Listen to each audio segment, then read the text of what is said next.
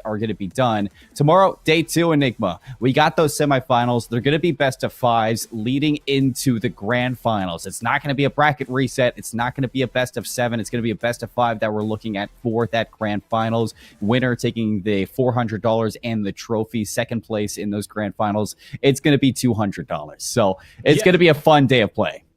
No, absolutely, and I'm just glancing at the bracket over on my left, trying to picture like who's going to be in those spots tomorrow. But the thing is, with single elim tournaments, it is so brutal all the way through. We talk about these best of 1s at the start of the day and how harsh they are. Yeah, absolutely, 100%. But also at some point, someone's going to get to the finals and they're going to lose, and that is your tournament done. And typically you get a second life in Call of Duty, but here there will be no such thing. So again, like, you know, these teams that get off to a slow start, maybe they drop a map that they weren't expecting to, they were relying on a certain tactic that just didn't come off, you are going to feel the pressure rise. But we are underway. Map 1 between AGE Rangers and Pink Whitney. It's time to rock and roll. AGC on screen from AGE Rangers.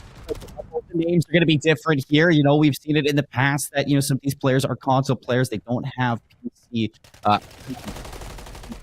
other one. So AGE Rangers looking for the outside in for this break. Pink Whitney getting a good chunk of time here, 20 seconds, and it looks like Lo-Fi is going to be able to lock down majority of the rest of this time as well. They flip things out, and Pink Whitney setting themselves up early for success. Yeah, absolutely. And Cheeks here going to push up on through and finds one. Lo-Fi then finds the second. So feeling even better if you're Pink Whitney. And this is what I'm talking about. AGE Rangers, you know, usually I'm not sure what Cheeks is trying to shoot. He's so locked in. He's just taking bits out of his teammates. And actually, that's going to open up a moment there for Spare to slip on through. And, well, just for a moment, AGE Rangers will manage to get themselves just the 2 seconds of scrap time. But then it's all the rotation into 2 that we got to pay attention to.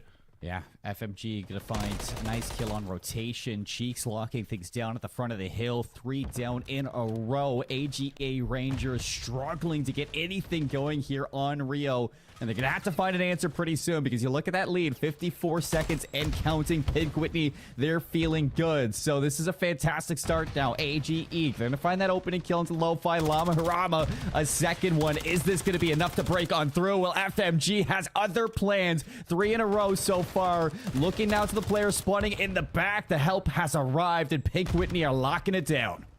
They are indeed. I feel like this move for this back spawns from AGE Rangers is just too late, and risks actually getting them penned in if they continue to push this. I feel like number 4 on your screen there, that's going to be Llama. How are we saying that name? Mara Max? I'm just going to say Max because I wasn't going to be tripping over that all day. But I feel like he buys his time there in order to try and get some support from his teammates. But it's all a little bit too late. And Pink Whitney are going to be rotated in for 3 as well. There is going to be contest there, but the first fight goes the way of Cheeks. And it feels like AGE Rangers have it all to do on yet another hill. My brother, it's Llama Rama. Llama Rama? Oh my lord, dude, I'm seeing Max on the end. I do apologize, Llama Rama there. I have completely butchered your name, but unfortunately that won't matter a bit if you continue to get butchered on the map. But Spare's gonna find 2 and pushes his way down the escalators. Just gotta pick a side. Unfortunately checks the wrong way and will get a couple bullets into Cheeks, but the backup just isn't there in time. And Lo-Fi Bedhead will put himself onto a 5. This is getting all too comfortable for Pink Whitney. Yeah, it's 5 spree is actually going to be shut down, so no chance for a cruise missile just yet for Pink Whitney. But all things considered, Enigma, you're looking at the scoreline. You don't really need that cruise missile at this point. So 124 and counting heading into this rotation over towards P4. Another money hill on the map. So AGE Rangers, you'd like to see a good rotation coming in, and you have APC starting to work on that. You get a 1v1 across that rotation. Lo-Fi not only has that cruise missile at 13 and 4, but he has the rotation as well. The thing is here, if you're AGE Rangers, you have one big play available to you, and that is to punt straight through the middle of the boxes, and Spare will find 2. Unfortunately, Llama finds his teammate, so Lo-Fi here just trying to join Cheeks, and that teammate kill is going to come back to bite you as you run out of opportunities here as we rotate in for 4. This is so straightforward for Pink Whitney. Lo-Fi's got the entire team aiming to press this corner, and he loses the opening fight. Yeah, it's a good shot there from Spare. But is it going to be enough yet again? 17 seconds that you're fighting for. The nades come through. A kill from Spare as well. FMG going to be caught. But you look at this rotation again. Cruise missile going to be called in from Lo-Fi very early. It's going to deliver with a triple kill back at old time. So you're getting absolutely nothing right now if you're AGE Rangers. This is tough to watch. These are the slow starts that we were starting to warn about. And AGE Rangers are just going to line up, send it straight through the middle of the map. The problem is that Hate's coming around the backside. FMG scooping you through the middle. You might get one if you are Llama and you might get a second, actually. That's pretty nice, but the thing is, your teammates are still not getting any time here on the point. Pink Whitney crossing 160. And well, Llama Rama might get a couple of moments here to just try and hold things down. The shots are a little shaky, but at least there's the trade-in, so there's something for AGA Rangers. The problem is, Seymour, we are towards the back end of our entire first rotation, and that lead looks absolutely unstoppable. This would be quite the comeback for the lads over at AGE. They have the time, 15 seconds. Not too far away. It's a hop, skip, and a jump over back to P1. And the kills keep flowing. Finally, some signs of life. Spares on 4 in a row. Looking for number 5. The shots are good, but it's Frosty Feet to confirm this one. And it looks like he's going to go to chew a little bit more towards those spawns. Frosty Feet finding height on rotation. You have to set up for Pink Whitney in new. 173, and this is some time that you definitely do not want to give up. Llama Rama on the flank. Shots here from the striker. Good for 2. Frosty Feet's going to be in. FMG surrounded, damaged, and dead. Frosty Feet now on a streak. Honestly, I'm a big fan of the way the AGA Rangers applied that. The pressure comes in from multiple sides. Obviously, the spawns come through split in order to give them the opportunity, but they time it really well. Llama Rama coming through the back for 2 himself. So, AGA Rangers making adjustments, and that's what we like to see. We said we wanted to see this nice and tight, close, contested. And as Hate gets dragged back down, Pink Whitney suddenly realizing that they've given up the vast majority of the last 60 seconds towards AGE Rangers here, and although it is still a considerable lead, you do not want to allow that momentum pendulum to swing. No, you don't, but you have the rotations again here. This has been a lot better in the past 2 hills from AGE Rangers in terms of looking at that objective and locking down these lanes. Unfortunately, Frosty Feet not going to be able to beat out Lo-Fi Bedhead. You have the chance to break now, and you have the chance to pull these spawns away. 4 in a row. Not going to be expecting Frosty Feet so close. FMG going to be caught. It's 3 down again. Only one's here is going to be FMG. And Pink Whitney not able to break just yet. This is what I'm talking about when it comes to the momentum. All of a sudden, AGE Rangers finding their footing, and I love that Spare's pushed out up the front here. However, did you miss the player by Van? Checks back to see him get by boxes, but gets smoked on the cutback. So it's whether or not you can apply pressure from multiple angles here. Cheeks making the god play in through doors. Finds 2. Will be eventually traded on out. That should allow his teammates to break in through the front. Hate's going to be in. Guardian destroyed, but Spare still fighting tooth and nail for this time. FMG tagged up. And he dies to the native Cheeks, so nobody collecting the latter end of this hill. 94 to 182. Gonna have to cross to the middle of the map here if you're AGE Rangers, and this is what I was worried about. They didn't have a good chance at breaking this last time we saw this hill open.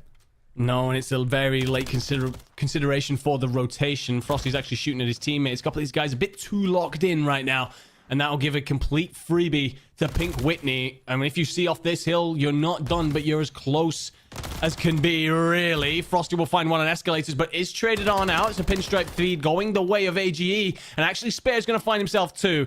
So 26 and 17 right now, trying to drag his team back in this, and although they have the time, Pink Whitney aren't far away. Yeah, Spare 26 and 18, but look at the kills in the feed. It's all red. 3 go down, and you have to be careful if you're Frosty Feet, because you're being hunted there. FMG going to be able to take him down. You look at this, how far you got to travel. This is a lot of time that you're going to be giving up. So I like this call from APC to once again start looking towards this rotation, but it's Lo-Fi Bedhead. Of course it is on the flank, looking to punish this rotation from APC, but they don't spot each other right away. He still finds the kill. Yeah, and that feels like a huge moment, whether or not we're seeing this all out right here. FMG is going to have 3 potential plays coming around the corner. The thing is, Frosty Feet finds the first, but then Llama Rama actually picks up his teammate. Feels like the 3rd or 4th team kill that's come on through. And Lo-Fi finds the 5 streak. No time. Will eventually be traded on out, and this will basically be the last push.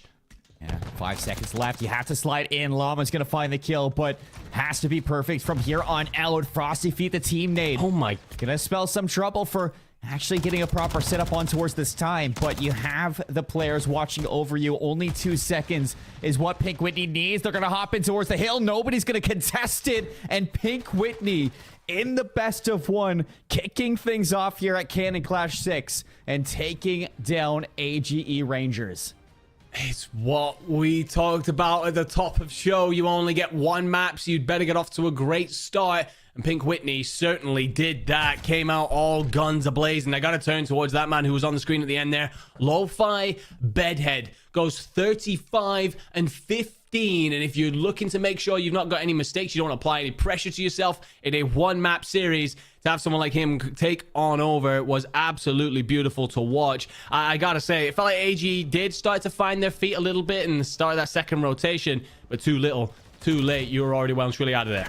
Yeah, getting a look back at this Rio, it was quite the start for Pink Whitney. I was a little bit worried off the get-go at the team that I was looking at to take this best of one Enigma, because it was flat out the gates. And just taking a look at the lead, it was at one point 140 to about 40 points, a whole 100 points over the likes of AGE Rangers. And albeit there was a little bit of a resurface towards the middle portion of that map, it just wasn't enough to close that lead that was gained towards those first couple of hills. It was just lights out performance from Pink Whitney to kick off that Rio. Yeah, absolutely. And I believe that makes me correct when it comes to the predictions, right? I know that there's going to be a little score that comes up on screen here, Pink Whitney, but I'm wondering if we can get one for me and Seymour, because, you know, these predictions are very important to us, and I just like to show my Canadian friend here that I'm better at predicting than he is. So, yeah, that'll be Pink Whitney taking the victory there and moving on to round two.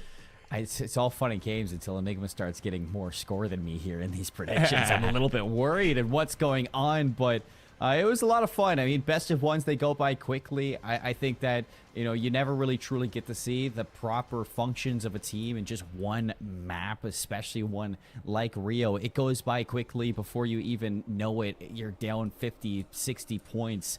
And I think that's the thing, looking at the rest of these best of ones, is you're really worried about these teams who might be more notable in starting slow and trying to pick up later on, because if that lead is grown so early, you see how tough it is to climb back from those situations.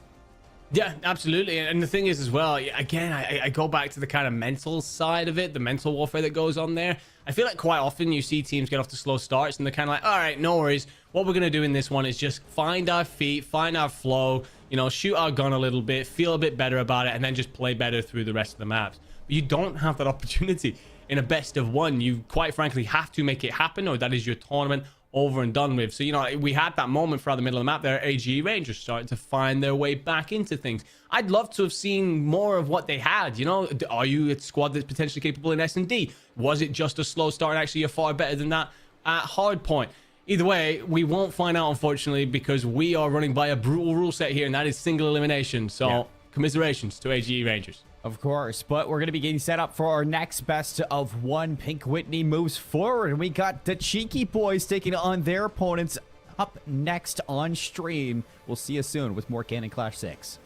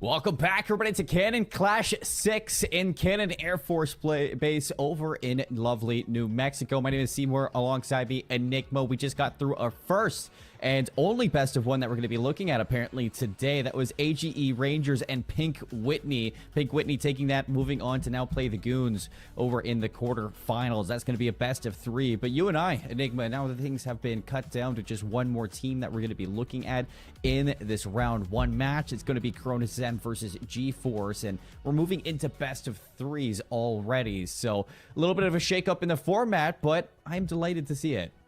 Yeah, absolutely. We spoke a lot about what a best of one does to teams, right? It can definitely throw in a couple of upsets, etc. Definitely means everything is on the line from your very first rotation. I think now you get the opportunity to make amends for errors, make adjustments through series, and also at the very minimum, we get to see some search and destroy as well. And personally, a huge fan of a mode that's been around for many, many years, and just allows those players and teams that aren't necessarily slay out merchants to start to apply some strategy to their game. Well, let's go take a look at the teams that we're going to be looking at for this best of three. Chronozen and GeForce Enigma. Chronozen on the left side, GeForce on the right. Would you like to do the honors of introducing these teams? Yeah, I love how you give this to me because then I just completely butcher names. If I do, then someone in chat, please correct me. It is purely because I am just not good at this. But that first name, I'm going to go with Trucho. I'm going to try and say, but yeah, Phil, Noah, and Garrett make up the rest of the Chronozen lineup. And then over on GeForce, that is Kai Dickinson, Jaden McPhail, Gavin Burris, and Dante. A lot easier on the GeForce side to introduce these players. Yep, I think you're right to say Trucho Sep on Chronozen. I think if I was going to look at it, that's how I would pronounce it. But, I'm sure we'll be told if it is incorrect. someone in our ear is going to be like, guys, why are you making a mess of these? Why are you this is quite butchering simple. this? Figure it out. But it's going to be exciting to see these two teams match up against each other in the best of three, like you alluded to. We're going to be taking a look at a few different game modes that we did in that first best of one that we did see. But before we get to that, Enigma, let's take a look at you and I, our predictions for this game. As you took GeForce again this time, going for the underdog. I myself am sticking to the higher seeded team, and it's going to be Chronozen that I'm going to be looking at to take this in a 2-0 fashion.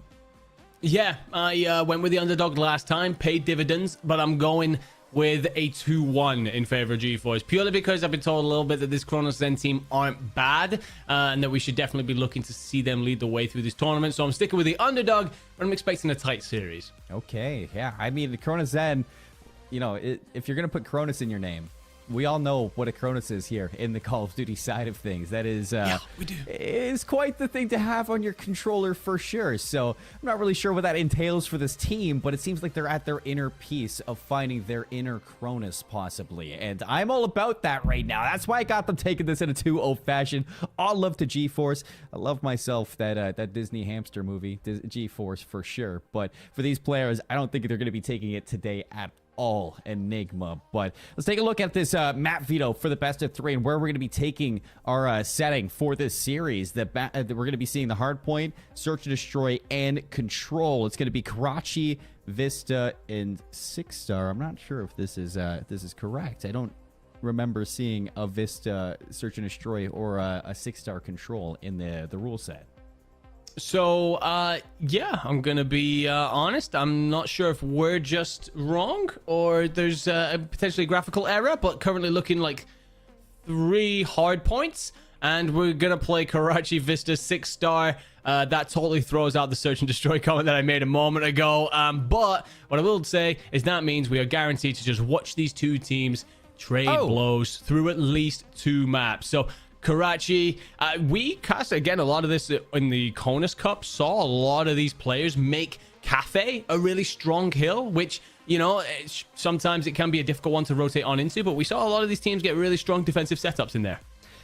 So I just got a little bit of an update from behind the scenes, Enigma, and you're totally right to talk about that P2 rotation for Karachi hardpoint. It's something that we're going to be looking at for this map number 1, but for map number 2 and 3, it's all hardpoint. We're not moving to search and destroy nor control, so we get hardpoint for this best of 3, and that means it's just going to be action, which I love. I love to see hardpoint. Definitely my favorite game mode here in Call of Duty. Yeah. And it's sad that we don't get the search and destroy for sure. I mean, you made a good point that it is a different objective-based game mode. It's something that tailors to teams who don't slay out as much as others. But to see that change up from Karachi, which is very rotation-heavy, you got to be on the ball, you got to be on your game for a map like that, to Vista, which gets scrappy, to 6-star, which gets even scrappier, this is going to be a chaotic series. Yeah, 100%. If we do get all the way to 6-star, then I'm just looking forward to seeing which team then just shows supremacy in such a sleigh heavy map. But initially I feel like Karachi, I kind of feel like, we end up with a year here where we've actually got these DLC maps that have come through looking like some of our strongest maps. I don't mind Karachi. I think it's a solid hardpoint map. For me, it's one of those where sometimes it can get a little bit slow, a little bit, teams just lock down and basically bully other sides away.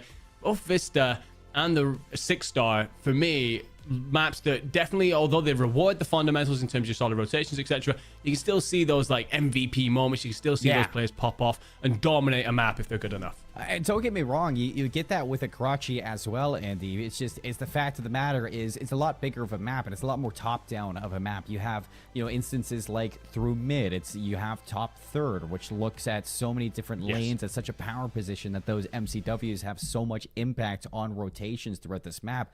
P4. It's out in the middle of the streets. It's wide open. Not much is going to help you there. I mean, so many power positions can be taken just to make sure that you're not getting time on that hill. But then you move over towards your P2s or your P5s, which if you get that early rotation in, you can lock down a good chunk of time. Sometimes you see teams find 40 to 60 seconds on those hills. So Karachi is just, it's very favorable to the teams that are being proactive on a map like Karachi, who look for those power positions, who look for those rotations, and it gives you that reward of you're doing the right things in terms of the objective, so you're going to be winning that map. It's a very traditional Call of Duty map in that sense, is that you don't look towards those pop-off moments, you look to that structured play to win you a Karachi. Yeah, 100%. And I think that is something that, I have no issues with, of course, because it's a fundamental part of Call of Duty competitive and has been for years. I will just say that I do enjoy watching teams just absolutely trade blows in these competitions. So when it comes to a Vista, when it comes to a 6-star, I'm looking forward to seeing which little demons are out there taking over on that land stage at Cannon Air Force Base. But you're right about Karachi. You do have, your power positions, your top third in particular. That's going to be a big one for both of the maps, the hills that you mentioned there, your P1, your P4. So in particular, you're going to see whether or not an AR can get themselves set up there, looking out over the streets, looking out over that P1, and just aiming to control the whole rotation going in. Provide yourself some defensive cover if your teams have the hill, or just look to break open a defensive setup if you're looking to find your way in. Yeah, no, I'm excited to see the Karachi. I'm excited to see at least the Vista. 6-star, now that I know it's a hard point, I wouldn't mind seeing this go all the way the distance to a map number 3. I still think it's going to be a 2-0 for Crota Zen, though, my friend. And while we're getting these two teams set up, it seems like we're having some issues with the lobby. So we're going to take a step back, send things to a break. And when we come back, we'll continue with Cannon Clash number 6. We'll see you on the other side.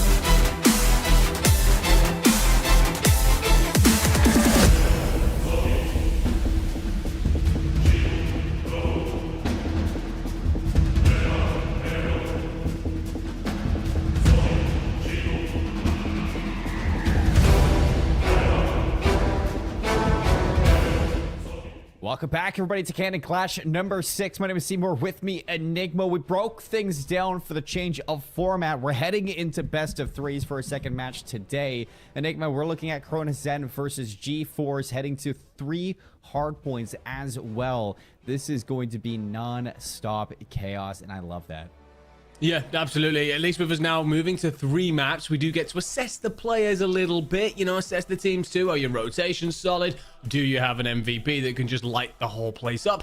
We're going to get to find out and embed some storylines into these teams. I apologize to AGE, who were just sent packing after 1 map because they had that little bit of a run through the second set of rotations. So maybe they're thinking, well, if we had more time, the rules that you live by, you also die by. So they'll be out of here. But these squads, you know, if you get off to a slow start as opposed to the AGE squad, you have an opportunity to build yourself back into the series. So I'm really looking forward to seeing, you know, is there a couple of teams here that have the mental fortitude of, okay, we got off to a slow start there, but we can pick that back up in the next map. Maybe they just have some maps that they prefer. We're going to get to find all that out. You definitely have to feel a little bit bad for AGE Rangers who only got to play that 1 best of 1.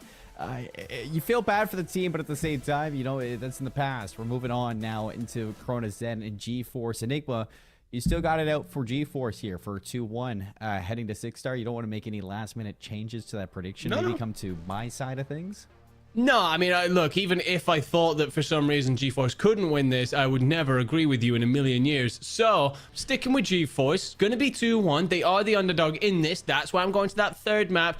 Ride with the underdogs in this one. I'm expecting to see them step it on up. All right. And decide to put Corona Zen to the sword. So you got us going to 6-star. I think this is going to be done in Vista. Corona Zen, my opinion, it's going to be a 2-0 sweep, but it's going to be determined as we head into this Karachi. We were kind of breaking it down before we went to a little bit of a break, and you know, Karachi is kind of one of those maps where, albeit it is one of the originals here in Modern Warfare 3, one of the originals in the Modern Warfare series in general when it comes down to competitive Call of Duty, this is very traditional in the terms of if you're either Corona Zen or G-Force, it's going to favor the team that is looking towards those rotations, those early setups, the power positions on the map. And in terms of that, for people who might be wondering what a power position might look like when we spawn in, there's going to be top third right over the middle of the map, and you're looking at your MCWs to kind of rain terror from that position, set up with those ARs, try to lock down those lanes, provide some support for teams that are looking to pressure into that hill. It's going to really come down to how much impact those assault rifle players are going to have on this map in those positions that you're looking to take over. Yeah, absolutely. I mean, straight away, we're going to get to see this when it comes to the break-offs because obviously P1 is dominated by that top 3rd spot. And we're going to get to look into a couple of things here. You know, for example, your team that manages to get to top 3rd first, are they also then setting up a player to cover through mid? Or do they have that top 3rd player play through mid and then have their other AR playing out of chicken to just watch street side? On the flip of that, you know, if you're trying to break that, do you, as an AR trying to break in for the other side of the map, do you start to send it through castle, maybe even try and play in through green and try and remove those players up top? It's going to be interesting because straight away we get to assess what kind of game plan's coming in here, but also how much of a game plan these teams possess. I don't think somewhere like Karachi, you're going to get to come in and just willy-nilly this, play without any sort of plan and hope to see it over the line. I think you've got to come in with, this is how we play P1, this is how we rotate to P2, this is how we play P2, and so on and so forth. Honestly, somewhere like Vista 6-star, I love them because sometimes you can just headbutt each other in the middle of the map and just absolutely let loose. Karachi, you will be punished if you do not make your solid fundamental rotations. And even if you're looking to break on a map like Karachi, you look over towards your P2, you can't be that team that's stuck trying to jump over the half wall, trying to force your way into a situation that you're just not going to win.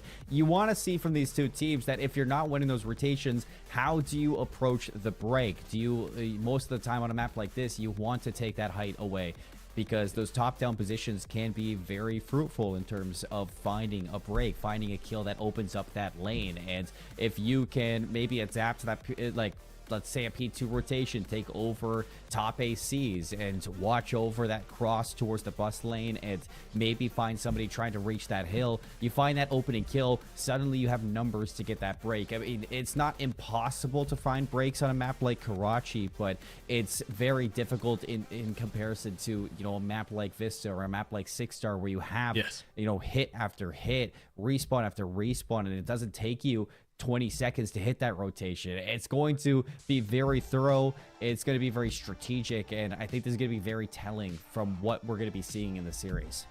Yeah, absolutely. I love a lot of what you bring up there as well, especially, you know, one of the points that we've seen. We saw, again, back in Conus, we saw so many of these Air Force service members, you know, playing and you know, we saw if you lose a range of gunfights on somewhere like Karachi, you have got such a deep spawn away quite often. Yeah. It's such a long way to get back towards the hill and fight it again. So at some point, you know, do you time it correctly in terms of, all right, let's just chalk this one and rotate? If we see teams continue to hit scrap time on somewhere like a Karachi, suddenly I become very worried for you. So if I'm backing my GeForce guys to win 2-1, if I start to see that in Karachi, I'm gonna suddenly be wondering if I should have agreed with you, my friend. I mean, it's one of those things. Sometimes you get blessed on Karachi, you get those good spawns, and we're on the desk wondering what the heck just happened. How does that happen? But most of the time, you're right. You're going to be punished if you're not making that focus onto what's ahead. And you know, I think it's vice versa in the same. You know, same goes for me. Is that if I see Cronus Zen hitting that scrap time over and over again, I'm going to start thinking, well, maybe GeForce has it in the bag. Names not really changing because, like I said, we only have so many accounts here at Canon Clash 6. So we're going to be taking out the same roster, but different teams in terms of namesake. And it's going to be GeForce in for that initial time. And what I will say, by the way, Lo-Fi is the account that we saw absolutely fry last time out. And now Lo-Fi is taking the power position and finds 2 over the top of P1. However, Cronus is still going to be on there, so APC is able to shut Lo-Fi down and buy a couple of extra seconds. The big thing here, though, for me, is nothing to do with this hill. It's all about locking down the rotation for 2. We've just spoken about it and how important that can be to pick yourself up a lot of points nice and early. I see a stim shot. I see a thermite being thrown out. This is literally... This is wild. Gloves are off right now, Enigma. I don't know what I'm seeing, but I love it. It's September Call of Duty, and this is kind of what we're dealing with. APC on the rotation, looking for 1. Not able to at least read the second one just yet. Lo-Fi here again. Swaps to the Renetti. It's a clean 3 in the feed for the rotation out of Cronus Zen. Or, pardon me, out of GeForce. They lose the lion's share at P1. They have the setup at P2. Yeah, and this is exactly what you want to see, right? I'm a big fan of the players pushed in through Ticket. I believe that's going to be Lo-Fi, who manages to find 1, but gets enough information to tell his teammates where players are going to be coming from. So Cheeks can turn and face. Nothing coming over the half wall with Lo-Fi spawn. They should be aware of where they need to pay attention to. And Cheeks pushes out, gets the trade, and Llama Rama sent packing. And now you see how difficult it is to break this hill with how many angles, how many corners you have to check. Cheek's going to jump out again. Stim shot back up to 150 health. He's ready to kick things into high gear, get back into the action as quick as possible. He doesn't know where to look. Team kill coming through. A little bit of assistance from Cronus. And Cheeks not able to secure that last kill. So no matter what's thrown at them, it's still a break back in for Cronus. We have nearly a tie game on rotation.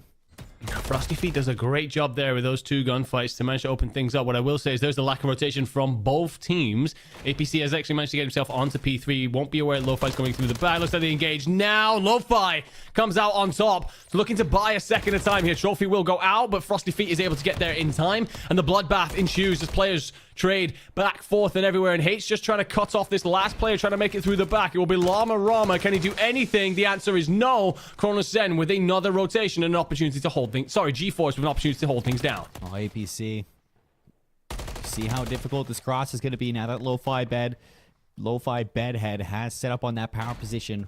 Watching the cross. Cheeks on the other side of the door. Cuts down Llama Rama as soon as he enters the mix. Cheeks finding a second. The hit fire is good. 3 in a row now coming out from this individual. As you see the 4 down in the feed. And this lead growing. Lock and key opening up over towards P4. You can see towards the bottom left of the minimap is where we're headed next, Enigma. We are indeed. Again, a late rotation from both teams.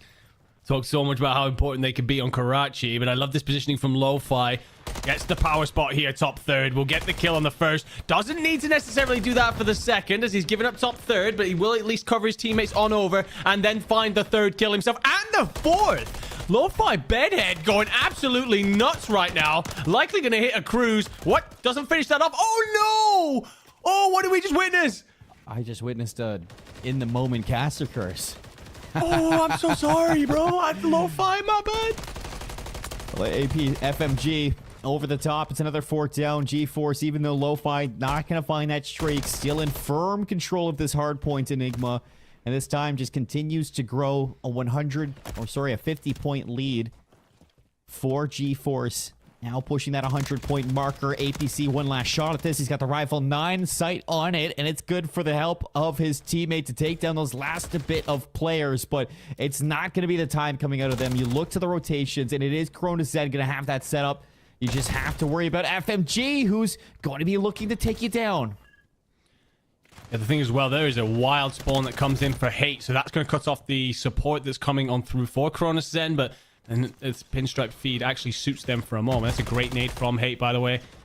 Just trying to squeeze a player out of the back there, and Llama comes in for support, finds the first. Teammate covers on over for the second.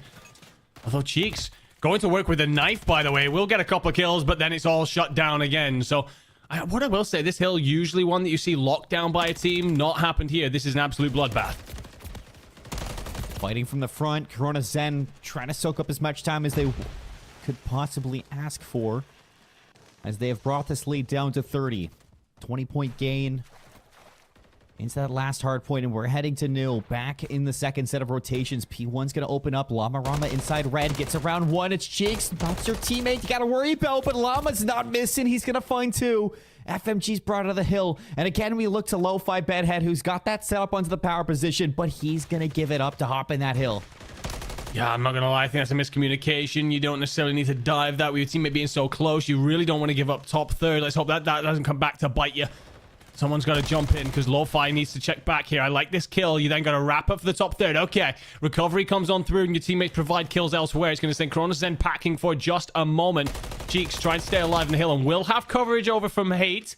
So an opportunity here for GeForce to rack some time together on a hill that can provide you some solid purchase on the second set of rotations. First set is always wild. Lo-Fi nearly snaps for yet another cruise, but finally shut down. Well, APC re-ups on the stim shot. Not going to be able to secure that kill, though, with the secondary sidearm. FMG popping up. Frosty Feet finds the trade. 150 to 75. GeForce, that lead back into full form. As now the rotation. Cronus, again, they have to set up for what could be a money hill, but can you win the fights? It doesn't seem like that's going to go your ways. Lo-Fi's going to battle his way in. Hate, trophy not landing, blown up. FMG and Hate now in towards it. The contest is out. The kills are through. FMG maybe can hold this one down, but the nades is just leaving this one in such a tug of war. APC going to find his way back in, and Corona's still fighting for time. And this is one of those moments, though. If you are GeForce at this moment, do you just chalk it? Hit the rotation.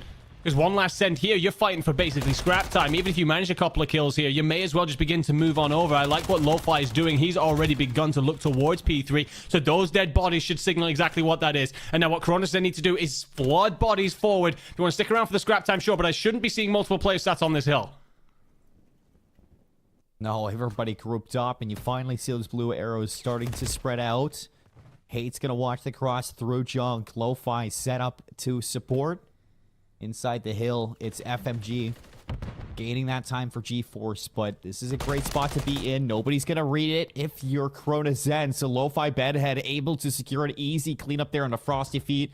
And you can see the kills just forcing these spawns back over towards the bridge of this map. And it is wasting so much time from Corona Zen. I gotta say, not sure if there's a communication issue or what, but Lo-Fi just gets the second for free. Player totally not expecting that. Cheeks tucked away in the corner will find 2, is eventually traded out. But still going to be in the hands of GeForce. So this will likely see them over the 200-point mark. And I gotta say, my friend, my prediction, the underdog currently looking to just continue to roll towards the finishing line. Corona Zen need to stop the bleeding.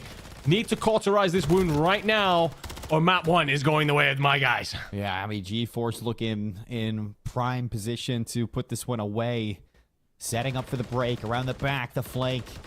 Shots are through. It's Lo-Fi Bedhead. He's going to collect this one. A little bit of a fight back. Frosty Feet disconnected. Hasn't spotted any of these members, but you're going to hop back into the hill of Corona Zen.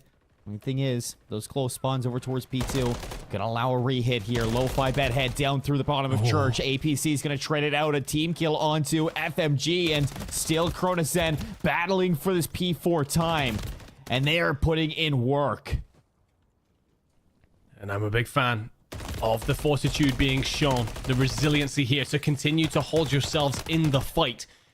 I say that, but 3 kills come on through. Hate finds him. Hate's looking for the 4th. Runs out of ammo, basically. Got to get the reload with a Renetti. Still finding a couple of bullets. Lamarama eventually shuts him down, but that is time bought by Hate that allows his teammates to arrive. For some reason, you're pushing Scrap time. You got to get that rotation on over towards Scrap. Cheeks tries to cut off through the middle. G-Force will be on. APC's got big work to do here. Yeah, you need a break fast as possible. Trophy is going to be eliminated. That's going to allow for these thermites and maybe even nades to weed these members out of the hill, but no utility is going to be used. Lo-Fi's up top. Cheeks, his thermite's going to take care of FMG, but it doesn't matter. The damage has been done. 30 seconds now down to just 20 needed to put this map away. Frosty-Feet's going to find his way in, but the teammates still here to help out. Lo-Fi's going to drop on down, slides over with the help of Cheeks. 3 down again, and this could be it. Just 16 seconds left.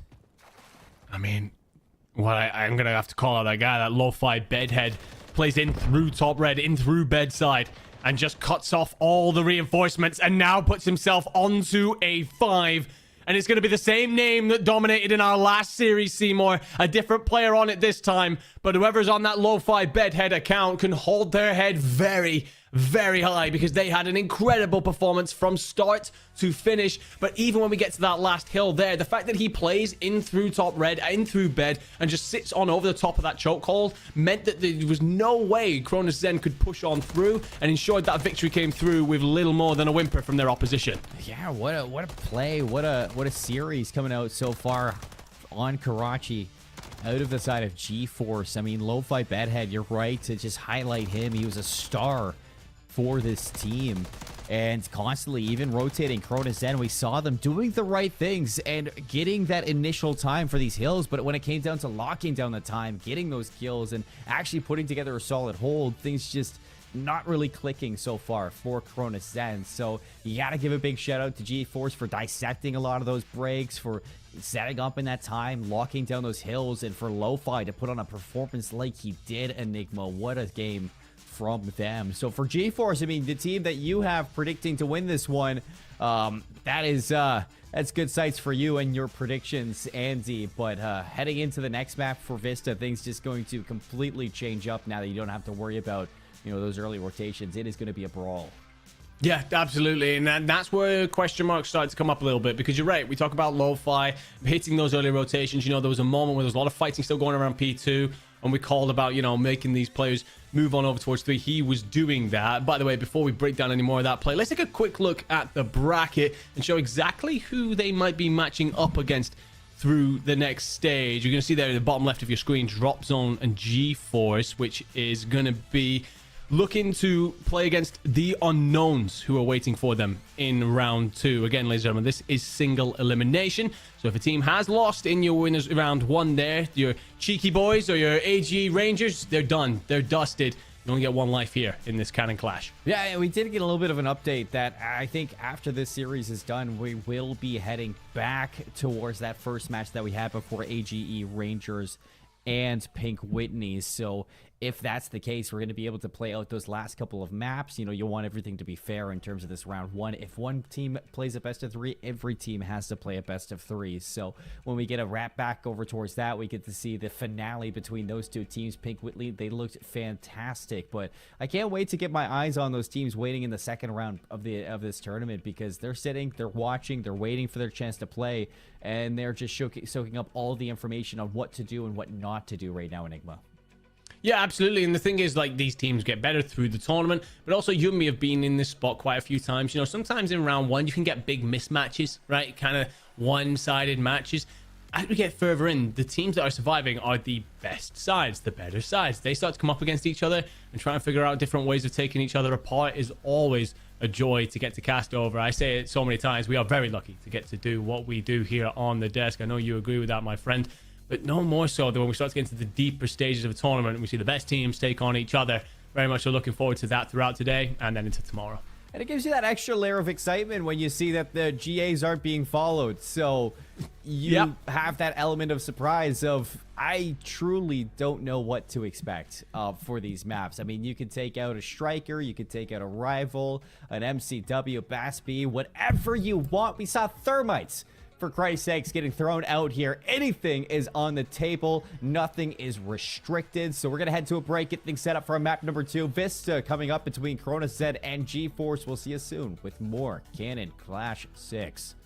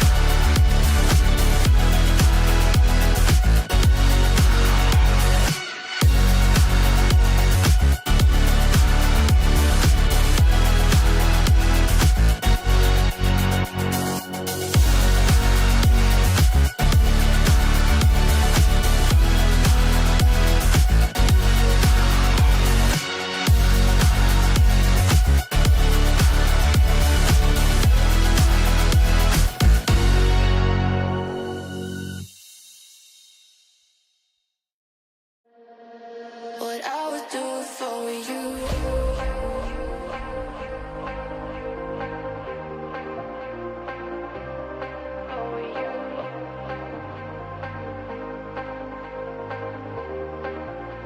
What I would do for you. Back, everybody, to Cannon Clash 6. My name is Seymour. With me is Enigma. We get a little bit of a short break. What it looks like we're getting these teams set up for this Vista hardpoint coming up soon. But just a little bit of a recap of what we saw. G-Force, they're taking a clean map on Karachi. It was a very fun one to watch. 250 to 140 Enigma. And this team might actually be looking to take this at a 2-0. My predictions might be wrong twice in a row.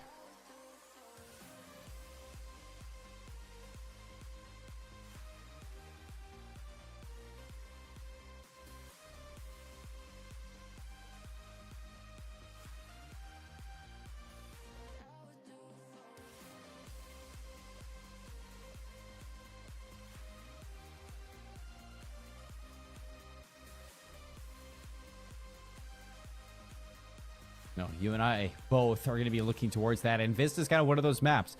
A lot of people regard this map as a big SMG favored map. A lot of chances to kind of run those routes. A lot of routes to run in general in comparison to, you know, a map like Rio or a map like Six Star, where it's very telegraphed in what you're going to be looking at. You have the bottom side of the map of Vista that you're going to be looking at teams to kind of route through and run around in. And I think you miss the kind of idea of assault rifle players on this map have a lot of chances to isolate that and shut that down. It is a very wide map in terms of those lanes, albeit still chances to run routes. You have to walk through the iron sights of these MCWs or Bass Bs or whatever we're going to be looking at these players use in a map like Vista. And I think a player like Lo-Fi Bedhead is still going to have that impact. It's a good shout to give Enigma. I think I totally agree with that point heading into this Vista. He's going to be a very important player to watch out for.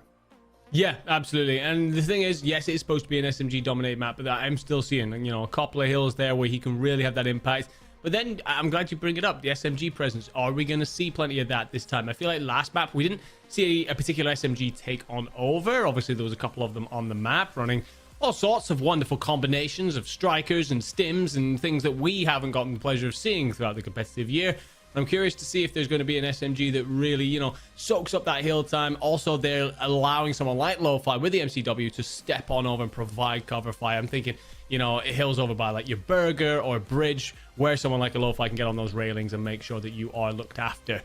But there are certain hills here where it is purely going to be up close and personal. For example, your P1, and although at the start of the map, quite often, P1 is just a bloodbath back and forth, whatever. When you get into your second set of rotations, you have an opportunity to lock that down, to give yourself a setup. So that's where I'm looking for those SMGs to make sure they've rotated in early, cleared it on out, and then push on out to ensure that there's deep spawns pushing those opposing teams away. So yeah, really looking forward to seeing not just if Lo-Fi Bedhead can do his thing, but who else steps up through this series.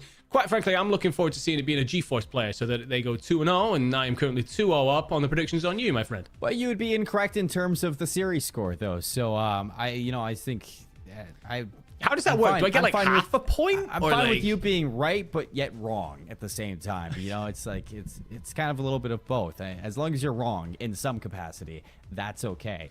But I think that when you're looking at this in a whole now, we can kind of turn things back away from this series. It seems like we're still waiting a little bit to get into this Vista hardpoint. You have that chance, that second chance for AGE Rangers and Pink Whitney again, and I think I'm pumped to kind of go back to that one, because you saw Pink Whitney come out the gates very strong.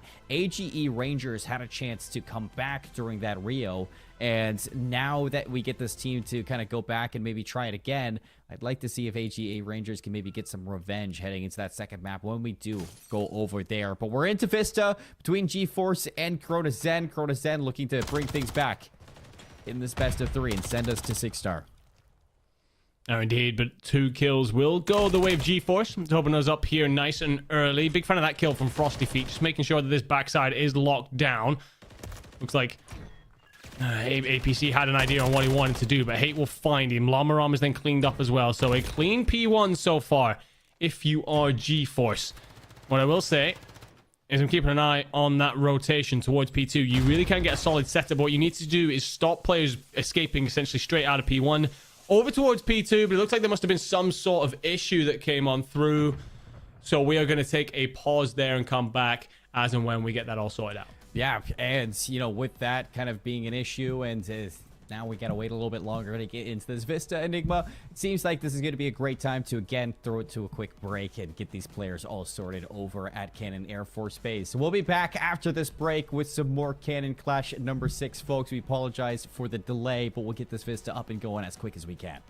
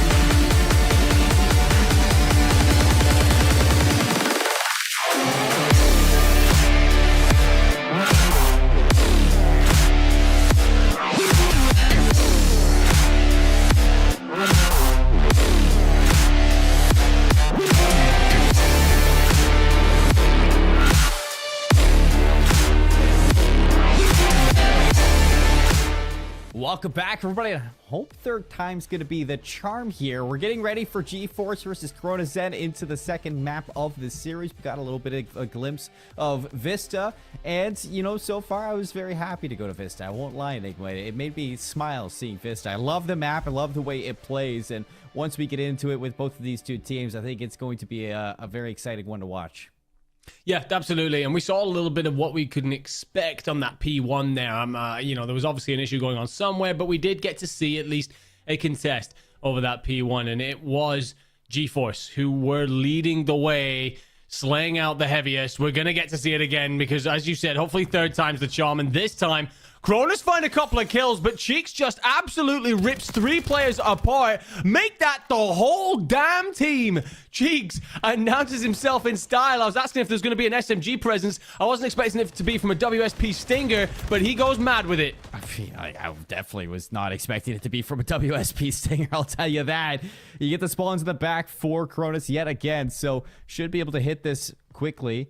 And you have players trying to work from the middle of the map too. That's Frostifeed. He has a way in. A couple shots. A couple players in front of him. They line up. The shots are good. The damage is there, but no kills to follow it up. It's GeForce getting such a good set of time here on P1. Hate goes on 5 before dropping. No streak gains, but this is going to be a lead for GeForce.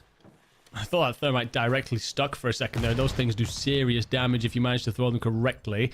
A rotation comes on in. Low-fi bedhead. This is one of the positions we were talking about. You know, you're going to get yourself in those top windows, looking on out over a hill like this. He just decides to dive it. It's 2. And the smoke actually provides cover that means that he's not then traded out by Llama Rama. So Lo-Fi just takes it all into his own hands, says whatever Cheeks can do, I can do just as well, and breaks that hill entirely. And there is that man again, Cheeks, with another 2-piece. GeForce have control. This guy, Lo-Fi Bedhead's got the flopper perk on. I mean, he is just jumping all over the place. Oh, wow. Diving through this opposition. Corona Zen just not expecting these engagements the way that they are. APC 6-3 to start things off. Not a terrible showing from this member on Corona Zen. In fact, the highest performing player so far on this team, but he's going to need some help as they are down quite a bit heading into this third rotation. They're also going to lose the spawns.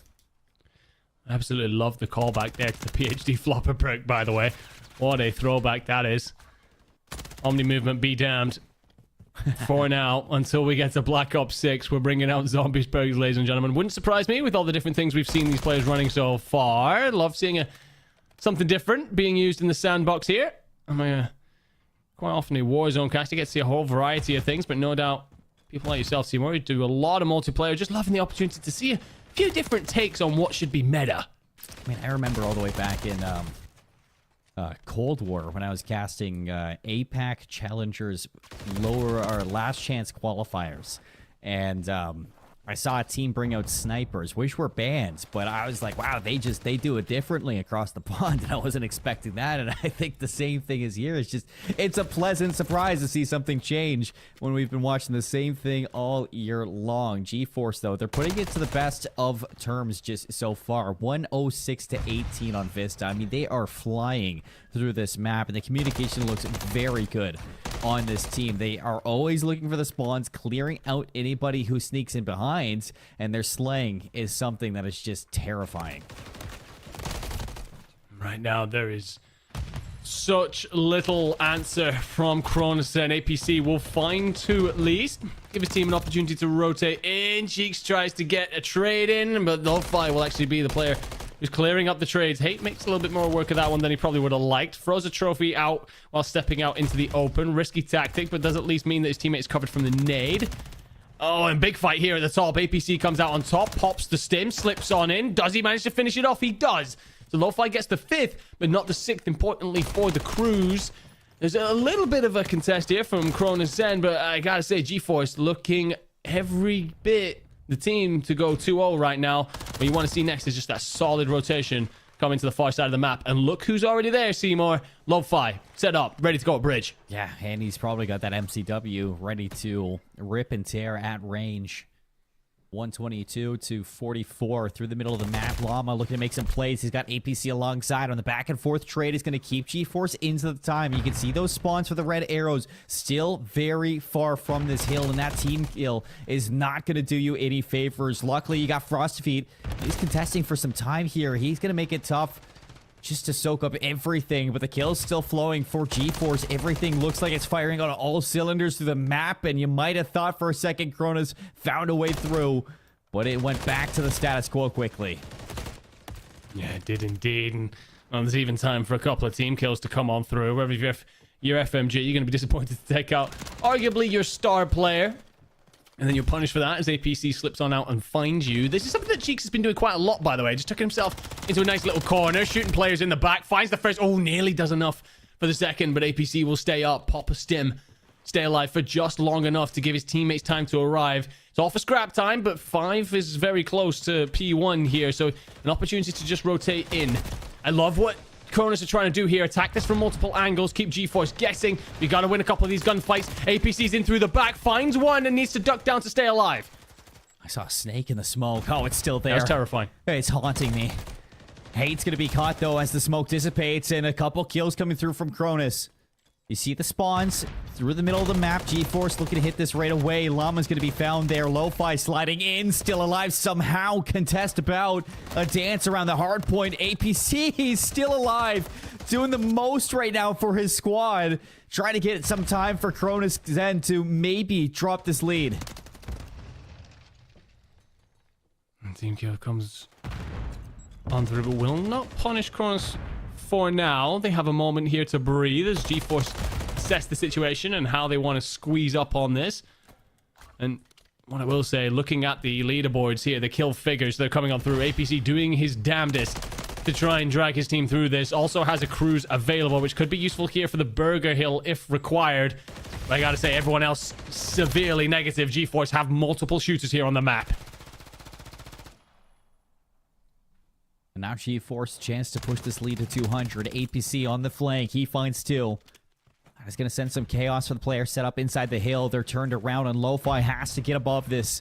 You lose FMG inside it. You lose the spawns as well, and now Lo-Fi goes down. So a chance to set up if you're Cronus Zen. You have the players in power positions. You're shooting good if you're APC. You just need all the time that's in the scrap, and doesn't seem like FMG is going to be letting that happen for free. Absolutely not. APC finds another 5. Feel like this guy has got to be close to what, his 3rd cruise? I'm not sure exactly if he's been getting them and using them, but certainly putting up the streaks here on the map. Lo-Fi changes onto the SMG. Potentially shouldn't have done because those Rival 9 shots were incredibly windy, but everyone else falls as well, so his contribution there wouldn't have mattered. Cronus Zen all of a sudden just seemingly to stabilize here on the map, making GeForce question a couple of things. And right now, GeForce got to find a way to break in through this bar hill. And you're looking at Lo-Fi to lead the charge. Cheeks will trade out.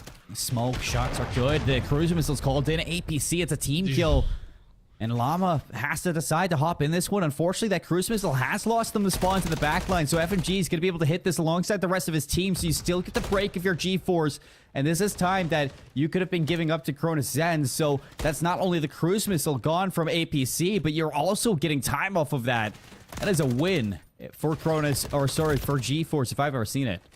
Yeah, no, it is 100%. I think the worst thing for APC there is as he comes out of his cruise screen, he's going to have seen that he died, took a teammate, and all of a sudden split what was a solid defensive hold. So all the work he did there undone. And GeForce, well, they're happy to punish the mistake. Frosty trying to get up close, will lose the initial gunfight, but it's at least enough damage to ensure that his opponent is traded out by his teammate. And 2 good kills here by Llama, and APC give them opportunity, but Lo-Fi sneaks in around the back to find just the one.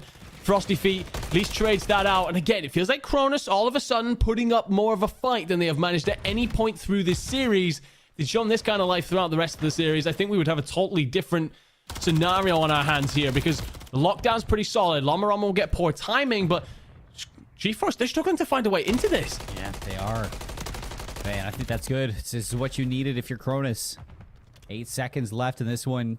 Not terrible to give this one up. You're not giving up the win, but APC, he is flying 4 in a row again. Will lose that streak.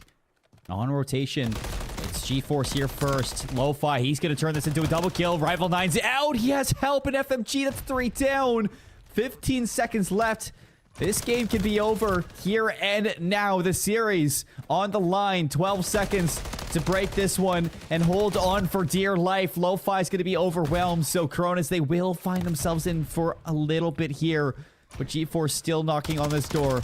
Not ready to give up just yet. Cheeks is going to find his way back in. Smoke's going to drop. He finds the finish with the Wasp. Contest is out, but the teammates have arrived. Kills still flowing through. Back and forth. It's hate to get into this one. Cronus are holding on as best as they can.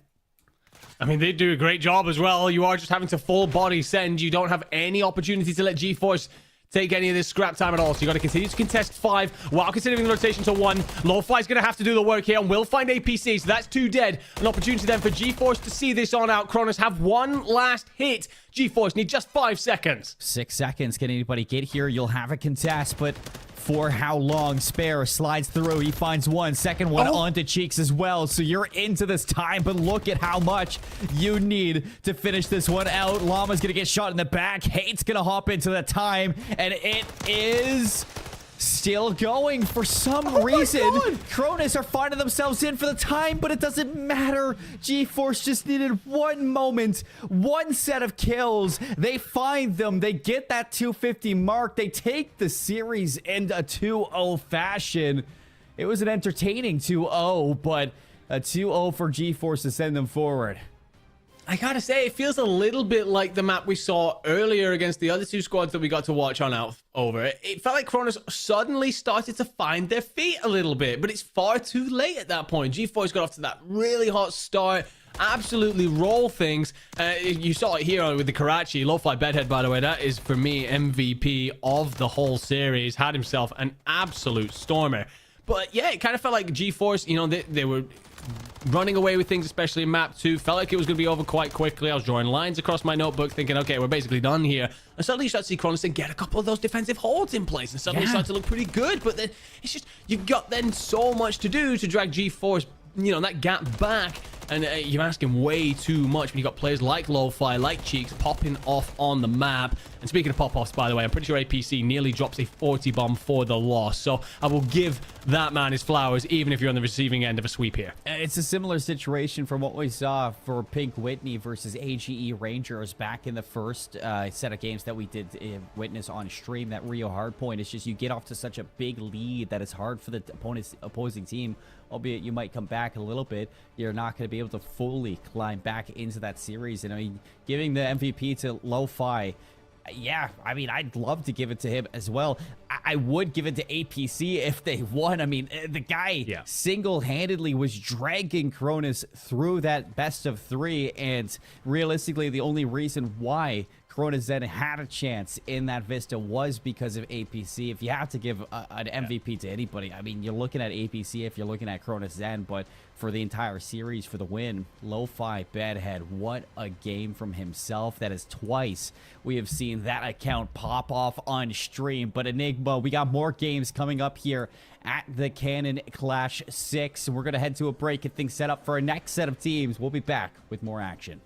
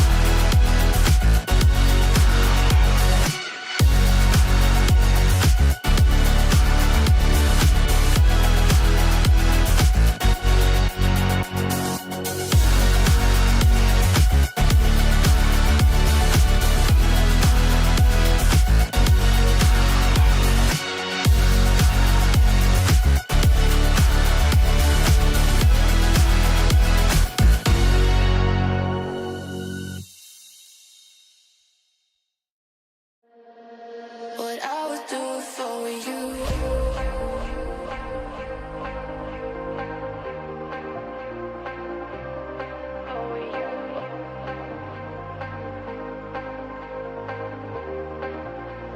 What I would do for you.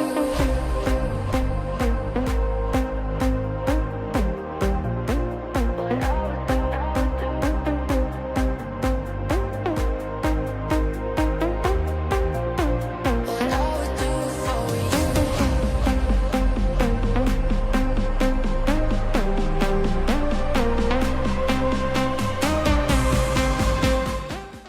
Back, everybody, to the Cannon Clash number 6. My name is Seymour. With me is Enigma. We're through 1.5 series so far, Enigma. We got to see AGE Rangers and Pink Whitney kick things off with what we thought was going to be a best of 1. We finish it off with Pink Whitney taking that Rio hard point. We move into our second match. Turns out it's best of 3. So we run through that one and we realize, wait a second, it is not fair that we ran a best of 1 before. So let's bring things back for Pink Whitney and AGE Rangers. We get this rematch. AGE Rangers has their chance at revenge. Yeah, I mean, I know exactly what this is. Basically, my prediction was correct, and you said not a chance in hell, and you want another roll of the dice. So I totally see what you're trying to make happen here, my friend. The thing is, I fully believe that Pink Whitney are still going to come out on top here. They looked so good in the Rio. The slaying prowess was so much better. They're setups in particular. I feel like, for the example, the way in which they rotated over towards that Boxes Hill just locked things down out there. I felt like they did a much better job of that than we saw at any point from AGE. I'll give you boys a little bit of flowers throughout the second set of rotations. They showed a little bit of life, but Pink Whitney snuffed it straight back out. So I'm expecting my guys to run away with this. Come on, gotta give some respect over to AGE Rangers for what they did. And I'm not denying the accusations you put out here, but no, I didn't make those changes. The admins made those changes. Am I upset about those changes? No, I'm not upset. And I'm sure that the AGA Rangers aren't upset either. I'm glad that they're getting their second chance. So let's take a look at the vetoes and see exactly where we're taking this best of 3 for our next map. We got that Rio. It was 250 to 112. It could have been a lot worse for the side of AGE Rangers. They made that last second resurgence for that second set of rotations like you mentioned, but it wasn't enough in the long run. So heading into what is next, it's going to be a Karachi hardpoint. We just got to see a Karachi hardpoint, so maybe this is exactly what AGE Rangers want to see for their chance to run it back. Yeah, absolutely. AGE, you know, will be also coming with a new lease of life, right? They thought that their tournament was over, but they've been handed a lifeline, a rubber ring in the middle of the ocean, if you will. Whereas Pink Whitney are probably going to be a little bit like, hang on a second, we thought we were into round 2. So, you know, all of a sudden there could be a momentum shift, a bit of a mentality change. And if you are Pink Whitney, you just got to lock it back in and play around Karachi. What I will say, and we spoke about this a little bit in our last series, Karachi plays very differently to Rio. Rio, you know, a lot of SMG presence, a lot of like just playing out through the mid map. But other than that, your power positions aren't as locked in, aren't as traditional as somewhere like a Karachi. So it'll be interesting to see what kind of players step on up. It's funny because obviously these players are playing all on the same accounts here because that's the setup that we have here at Cannon Clash. But it was Lo-Fi Bedhead again that looked really good in Series 1. So I'm looking to see if that name, that famed account here, can step it up here in Map 2.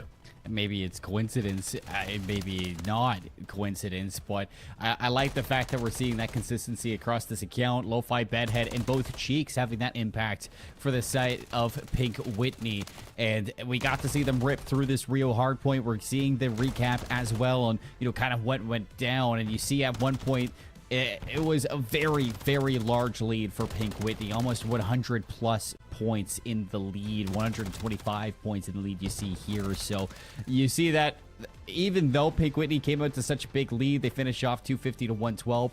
There was a little bit of a pushback towards the end from the side of AGE Rangers. We did get word that they're going to have a chance now on their second map, which is going to be 6-star, not Karachi. It was a little bit of a switch up in what we saw for maps Enigma. So we're changing up the setting. No Karachi, 6-star, kind of the same deal as Rio. It's very sub-heavy, a lot of routes to be run. It is going to be fast-paced. Yeah, this makes me feel even better about where this might go, my friend. So just remind me, I'm pretty sure that I'm currently 1-0 up, and if this comes on through, that makes it 2-0. So feeling really good about the fact that we're actually heading to a 6-star instead. Because now we, you know, as you said, it's very similar to Rio, and it was quite one-sided, in my opinion, when it came to Pink Whitney. You know, we talked a lot about that Lo-Fi Bedhead and how they were playing around that MCW, but also the SMG presence, the presence through the middle of the map, controlling that. You do the same things here on 6-star. We'll see you through to the next round. Yeah, I mean, you might be 1-0 up, but I count it as just a half point because although you did predict that right victory, you didn't get the series score right, buddy. So wait, you want about this series or the other series? The other series. Oh, okay. I was gonna say this series was gonna be a best of one, so I couldn't have possibly predicted this one, right? But like, nah, I'm going straight 2-0 here. I reckon that this is gonna be done and dusted. But enough waffling from us, enough yapping. We're underway here on 6-star, and immediately you're gonna see these squads scramble over this bar hill. And I see a suppression mine on one of these players for the field upgrade, so it's gonna be interesting. What new things we get to witness for this map on 6-star. It's a tie game early on, so a lot better of a fight coming out from AGE Rangers. But you talked about Lo-Fi Bedhead, and whoever is running this account this time tops it off with a 3K, gets the team back into the hill, and now Pink Whitney collecting time. That'll be the longest stun hold I've ever seen in my life as well, by the way, but FMG manages to make it work, connects through couches. Lo-Fi's already rotating. This is what I want to see, right? This is something that we've questioned a couple of these teams on, whether or not you're getting those early rotations in, but Lo-Fi is going to make his way over there to try and set up for P2. Also on a 5 street. Sheik's going to come back and join. Lamarama still fighting around the bar. And this is the thing, you look at your minimap, those blue arrows are spawning so far away. Yeah. Literally the other side of the map, have so far to cover before they can even begin to engage a Pink Whitney side that's going to be set up. Before they can get a smell of that sweet nectar of Pink Whitney. Nades come in. Hate's gonna find that first one. Lo-Fi around the outside. Lines them all up. Lo-Fi, bedhead, all right. 8 in a row. He's got the cruise missile, and he's got things under control. He's looking for more. Maybe a 10 in a row. First has to get to 9. Hate's gonna take it. The rival with Renetti's gonna clean that one up, but it's another 3 kills in the feed. Finally, Lo-Fi, bedhead gets cleaned up, but 15 seconds left, and it's all going to Pink Whitney. I gotta say, so impressed by how good Lo-Fi Bedhead is. Again, we are running the same accounts, ladies and gentlemen, so if you stepped out for a moment, came back and thought, hang on, these are 2 different teams, but the same player names, you are correct. Players are simply swapping in the seats. But whoever is currently on Lo-Fi Bedhead truly deserves their flowers as they move up to 11 and 3, continuing to hold the cruise. You could even pop it here to try and give your teammates an opportunity to spring in through the front if you so wish, but I think Lo-Fi just fancies his own gun skill, eventually cut down by Spare, who finds 2 and gives AGE Rangers something to hold. Finally, set of kills for the Rangers as they're going to be into the time. 30 seconds that you'd love to soak up, and it would be enough to bring it back into the series. But what you don't realize is there is a cruise missile for Lo-Fi Bedhead, and he's going to use that to try to punch a hole into this defensive setup. So far, so good. Cheeks is going to get up top. FMG trades out. Nobody getting the time at the moment. It is uncontested until Lo-Fi says, I'll take the time myself. He hops in for the last 13 seconds. It's going to take them closer to that 90-second point. Yeah, and it's a perfect use of the cruise as well. And oh god, this could be bad. Lo-Fi finds 2. And the other 2 players, honestly, make the right decision to push forward instead of coming back. Sure, the hill's there, but you also want to stay away from this man right now because he cannot be stopped. Moves on to another 5. Just used 1 cruise missile. Likely going to be on for the 2nd as he pushes back through you. Finds the 6th. Another cruise. Tries to hit the 7th. APC is just trying to stay up for a moment and actually finally gets support. Beautiful work by APC to stay alive, and then coverage from Llama Rama. Yeah, so AGE, albeit sites that we like to see in terms of rotations, but kills are needed to hold on to this one. It's not working out for you to clean 4 down. Back for Pink Whitney. 22 seconds you're looking to pick up here.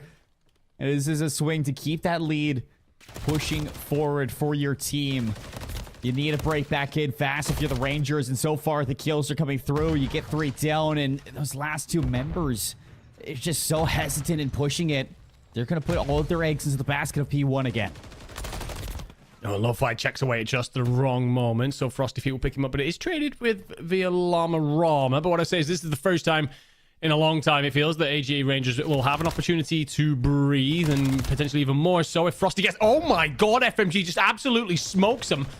That's a quiet game so far, but that was absolutely gorgeous. Lo-Fi will open it up. Lo-Fi from the top rope hits the RKO and breaks back in. So for all the moment that AGA Rangers had to compose themselves, it mattered not, because Lo-Fi is just leading the charge, going absolutely massive here on 6-star. Yeah, absolutely bonkers in terms of slaying. 27 and 6, 4 in a row. Has that cruise missile, so a chance to maybe double up on those streaks. APC says, don't worry, I'll reset that. In for the contest. Spare finally with the break. FMG, some damage done, but no kills. This is time for Rangers that you'd love to grab every single drop of it. And you know, or you should know, that FMG is still lurking in behind, but you have the rotation over towards New if you're Pink Whitney. Frosty Feet's gonna be here, finds one, slides over to the second one, hates, shuts him down. 3 in the feed again. It's Spare trying to make some noise, but that noise is going to dwindle, and it's Pink Whitney again, just back into the time. Yeah, continuing to hold these back spawns. I like the approach from APC, trying to hit this from a different front, fork the approach, but he's found still by FMG. So, and FMG, by the way, also onto a 5, so got to be wary of a potential another cruise missile coming on through, and honestly, just play in behind your teammates here, or catch someone, trying to hit a rotation, perhaps. Spare's gone swimming, finds Lo-Fi, so that's the king removed from the board. That's the second, that's the third, and if you're going to open up a hill, that's one hell of a way to do it. 4 in a row for Spare. FMG calling in the cruise. So you get the break, but for how long it hits the rooftop, you're still inside. 7 seconds of scrap time. You look at the rotations, everybody's going to have that early setup for Pink Whitney. And it's whether or not AG Rangers, behind moments like that from Spare, can activate, can find their way back into this. We saw them find That's their some... teammates. What on earth was that? Just I'm about to talk about the resurgence you had in the first map and whether or not you can do that again in the second one. As you break through, you basically get a free jump up, shooting your teammate. That's just the worst of both worlds there. And Pink Whitney will trickle over the 200-point mark. But Lo-Fi's actually going to get picked off from the side here. And look at this collapse coming in from AG Rangers. The kills are found. 30 seconds still in the time bank. Cheeks is going to be the first one up. Hopping over the wall. Spare watching for these players. MCW in hand is all you need. So it seems like you've warded off the danger for now. Last couple of scrap times going to be going your way already.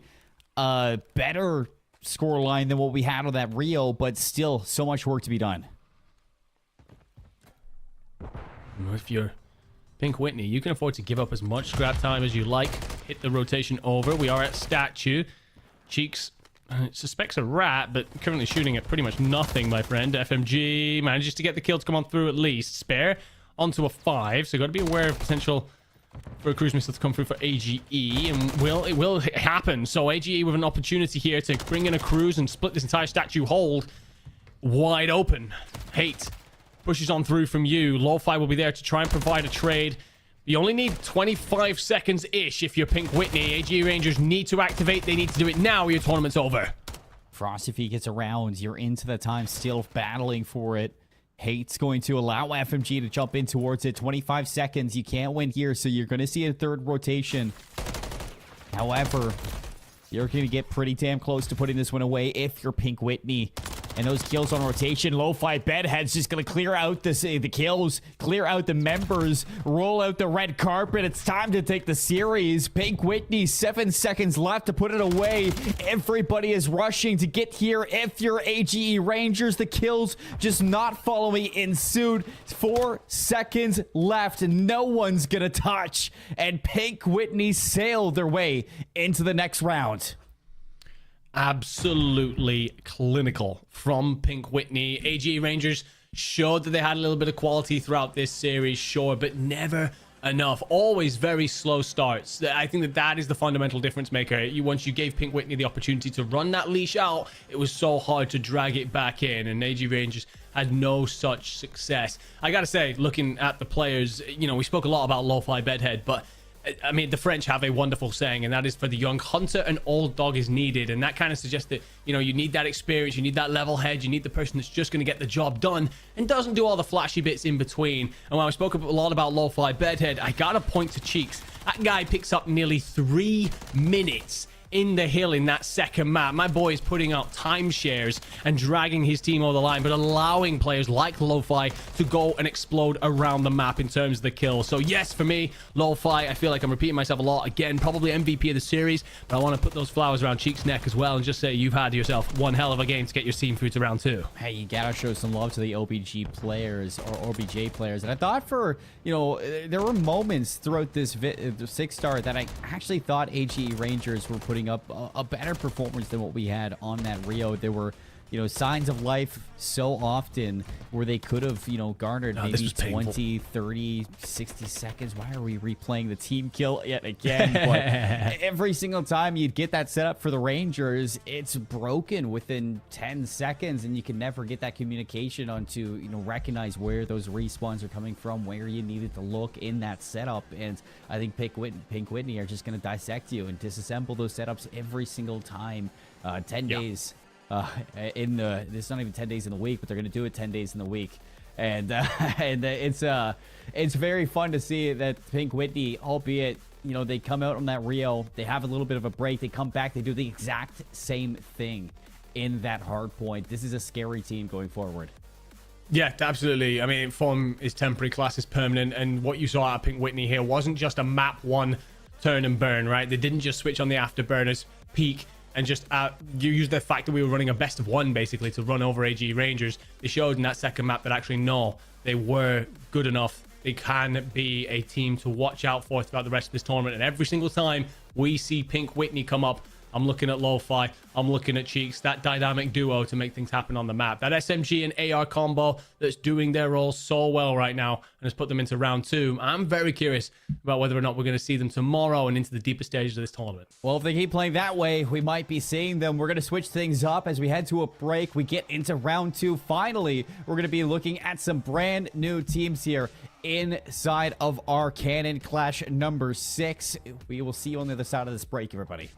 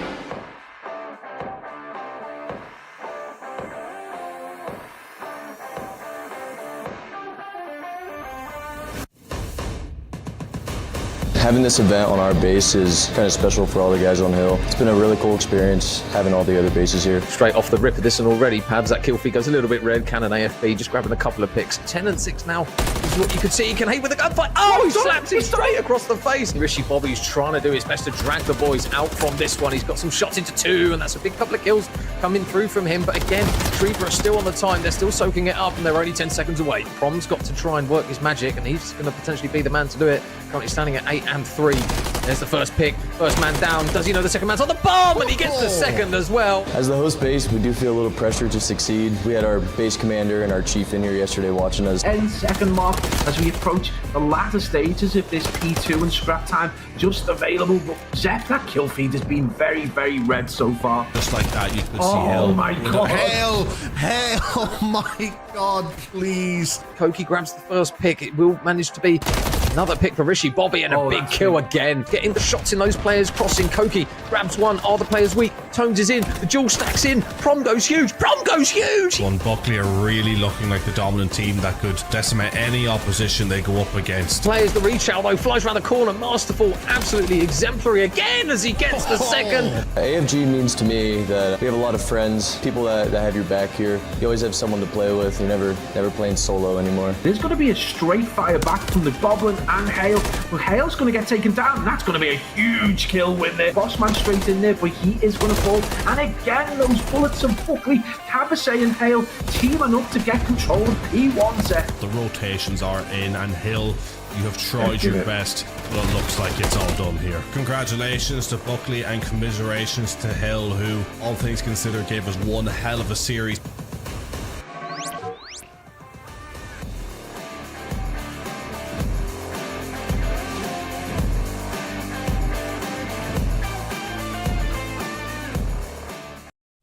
Welcome back, everybody, to the stream here for Cannon Clash number 6. My name is Seymour. With me, Enigma, all day long. Enigma, I'm never going to escape you, and I love that.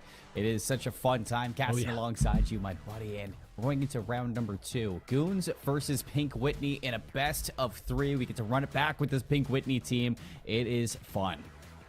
Yeah, absolutely. I mean, the team that I backed last time out, right? I wanted to see them come on through. And I'm going to back them again here against the Goons because they showed plenty in that first series to say why they could make a deep run in this tournament. But also, I think the Goons here, you know, you might get caught a little bit slow. You've been watching at this point, kind of seeing how everyone else is doing. Single elimination. You only get one chance at this. And I think Pink Whitney are just going to take that momentum from last time out and absolutely use it to burn straight through their opposition. No doubt at all. But before we get to the games, before we get to the burnout, well, let's take a look at these rosters and what they are heading in towards this series. We've seen Pink Whitney. We know who is on this team, but we got to introduce the opposite side of Goons in a second. Actually, it looks like we're going to predictions first of all. Enigma, and I know you're going to give me some flack for this one as well. You can't bet against Pink Whitney after seeing what they did back in that last series. So I jump on Pink Whitney, the underdog, nice and early. It comes correct, and you hop the bandwagon, brother. Look. Like, come on now. I mean, look, we got a difference in score at least, but I guess, to be fair, I guess what it is, you're getting smoked in the predictions right now, and you're like, yo, Enigma's going Pink Whitney, I gotta go Pink Whitney. No, you cannot take away from what Pink Whitney did. The seeding was fake, Enigma. There was no underdog story. We're learning these teams as we go. And Pink Whitney, they showed up, they performed, and albeit, you know, Goons, they still have that chance. I'm excited to see what Goons can do, but Pink Whitney looked dominant. They were 250 to basically 112 in both games that we saw. So I'm sure they're looking to carry that success and that fact that they're already warm on that main stage into this series as well. Let's take a look at the maps that we're going to be seeing in this best of 3. Rio, 6-star, Vista. This is exactly what we saw from Pink Whitney last time. Yeah, absolutely. And the thing is, we saw just how good they were at Rio, at 6-star, controlling the middle of that map and making sure that their SMGs have plenty of presence where they needed to be felt. And again, enough waffling. We go in then. Again, players are going to be on the same accounts as we've seen thus far largely, but we will add in Artie and Crusade. And Artie is a name that rings a bell, Seymour. And I'm pretty sure the last time we saw him, he was pretty damn good. Well, if anything is going to ring some bell, it's going to be hate on this squad. I mean, we've been seeing his name on teams all day long, but this is the real hate. And we saw him play in the Konas Cup alongside Artie just weeks ago when they were playing together for Cannon Air Force Base. We know what this team is capable of, especially these two players are fantastic when it comes to playing this game. Now, will it take down Pick Whitney is the big question. Well, if they're going to, then they need to have a stronger start than the opposition that were run over by Pink Whitney previously. And it looks like they have managed to do just that, because not only are they going to get a good share of P1 here, far better than we saw out of AGE, they're also going to be rotated in for P2. So here comes an interesting conversation that we've not really had to deal with so far. It's whether or not Pink Whitney have it in them to step it up when they come across some strong opposition. And Hate with 5 says not right now. Pink Whitney are going to have a long way to go here if they want to find P2 presence. Look, this is what we get for not looking at the rosters before making our predictions, Enigma. This is a team of goons. You cursed me, dude. That are definitely going to be looking to bring the heat to this Pink Whitney team. Already a fantastic rotation over towards P2. You got Hate watching over Crusade inside this time. Lo-Fi looking to find his way in for 3. Lo-Fi breaks it by himself. Still lots of time here to get, but they have the back spawns if you're the goons. You're going to be able to hit this right away. You just have to get through Lo-Fi bed head first. God. That just seems to be a task that you just cannot accomplish. Lo-Fi runs from the MCW in the previous series to the Rival 9 here and goes absolutely massive. Finds 5 to break P2 open, ensuring that you have a slender lead. However, what I will say, you fall just before you get that cruise, and you've not rotated in for P3. So the goons will very happily set themselves up here, and I love this setup in you from Hate, who finds 2, and that's exactly the kind of mid-map presence you want here. Yeah, Cheeks finally going to get in behind. Not able to get a second one or pull those spawns away, so Pink Whitney going to have to battle right through mid, and look who's going to be set up. It's Hate trying to cut off these reinforcements through the middle of the map. FMG is going to be able to clean up a couple of these kills alongside Cheeks. Lo-Fi now looking for the break from the front. A little bit of damage. He has to wait for the bait and switch. Frosty Feet still holding things down. The attempt is good, but not good enough. The goons, they're holding strong with the kills. They are following up. And it doesn't look like Pink Whitney going to be able to break this one. No, absolutely not. Not when Crusade picks up 2 just like that. Malarama is going to try and play in through Eskies, and, well, yes, you hit this, you do get a kill at least, but honestly, again, I'd have just rotated on over towards boxes and try and set yourself up for P4 here, and because you don't, the goons will just get a freebie, essentially, and is how goons control it from here. I love this route from FMG, by the way. If he plays in through the side of boxes here and isn't spotted, he might well get an opportunity to open this up, but I think that they've read this if you're the goons. Well, Crusade, this is exactly where you want your MCW set up. Watching the players trickling on in. Damage on the Lo-Fi. Frosty Feet going to be able to clean up that kill. Spawns still all the way deep in towards P2, but Llama Rama to make the play in through the side of boxes. Can he find the hill, though? That's the question. Artie's going to be able to get the trade, and still a little bit of a back and forth, so nobody on the time yet. FMG looking to maybe get that scrap, but I think the communication is coming through now from Pink Whitney. They need to start focusing up on new. There's another late rotation that the goons will just be very happy to witness. Honestly, I think the one problem for goons is that Hate is so far peeled off over by Box's corridor. I'm not sure what his plan is. Oh, that's what the plan is. Bring in the cruise missile and just drops the remaining players of Pink Whitney, then plays for mid-map presence as well. That will send Pink Whitney spiraling down the outside of the map here into the long lanes in front of some ARs. You might actually get wonderful timing for Lo-Fi Bedhead, who finds one mid-map, and so does Llama Rama. So that should open things up here, unless Crusade does that and shuts down the push.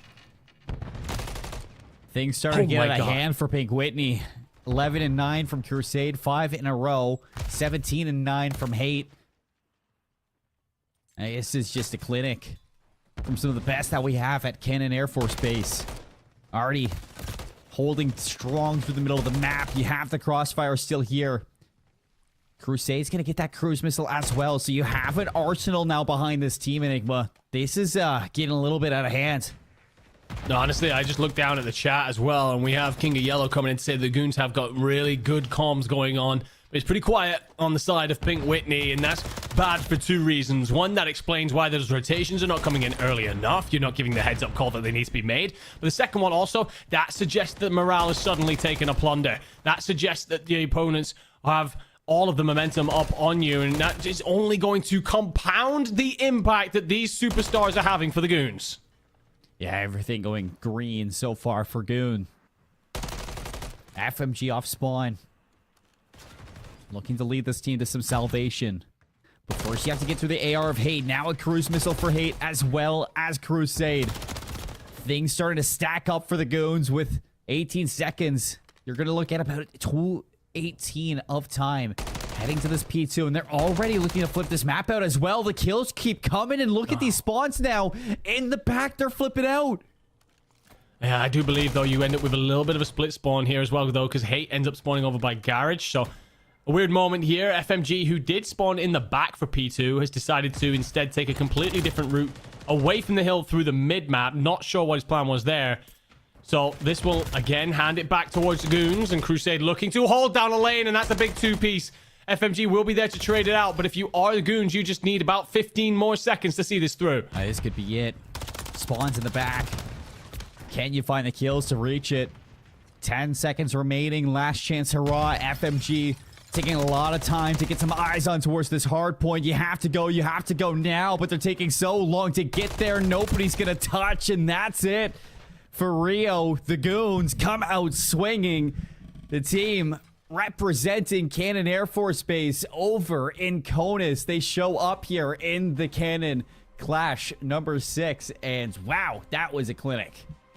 Yeah, it was, and we said it right at the top there. That's what we get for not looking at the rosters. We've seen players like RT, like Hate, go huge before. You thinking back to things like the Conus Cup, and they showed their quality here. Thought we might have an interesting interesting map right at the start when Pink Whitney got that lead. Also when Lo-Fi suddenly picked up that huge 5-piece around the back of P2.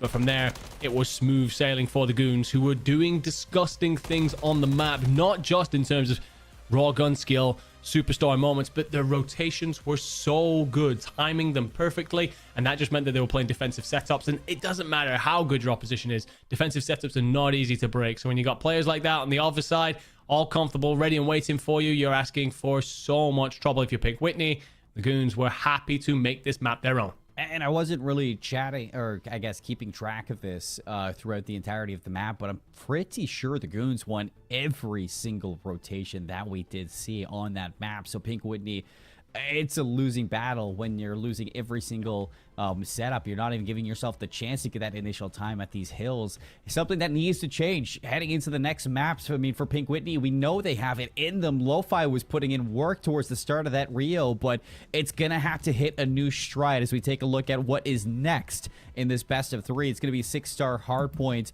Rio 250 to 61. Disgusting 100-point club. Yeah, and that's the thing. We saw Pink Whitney, and they had a lot to be proud about in their first series against AGE Rangers. But you look at the difference in that first map, and my God, absolutely blown away here. Something came up there in the chat that I mentioned, and it was a case of, you know, the Goons have got these really nice comms going on. That's why they're getting those early rotations. The worrying thing is that Pink Whitney were pretty quiet.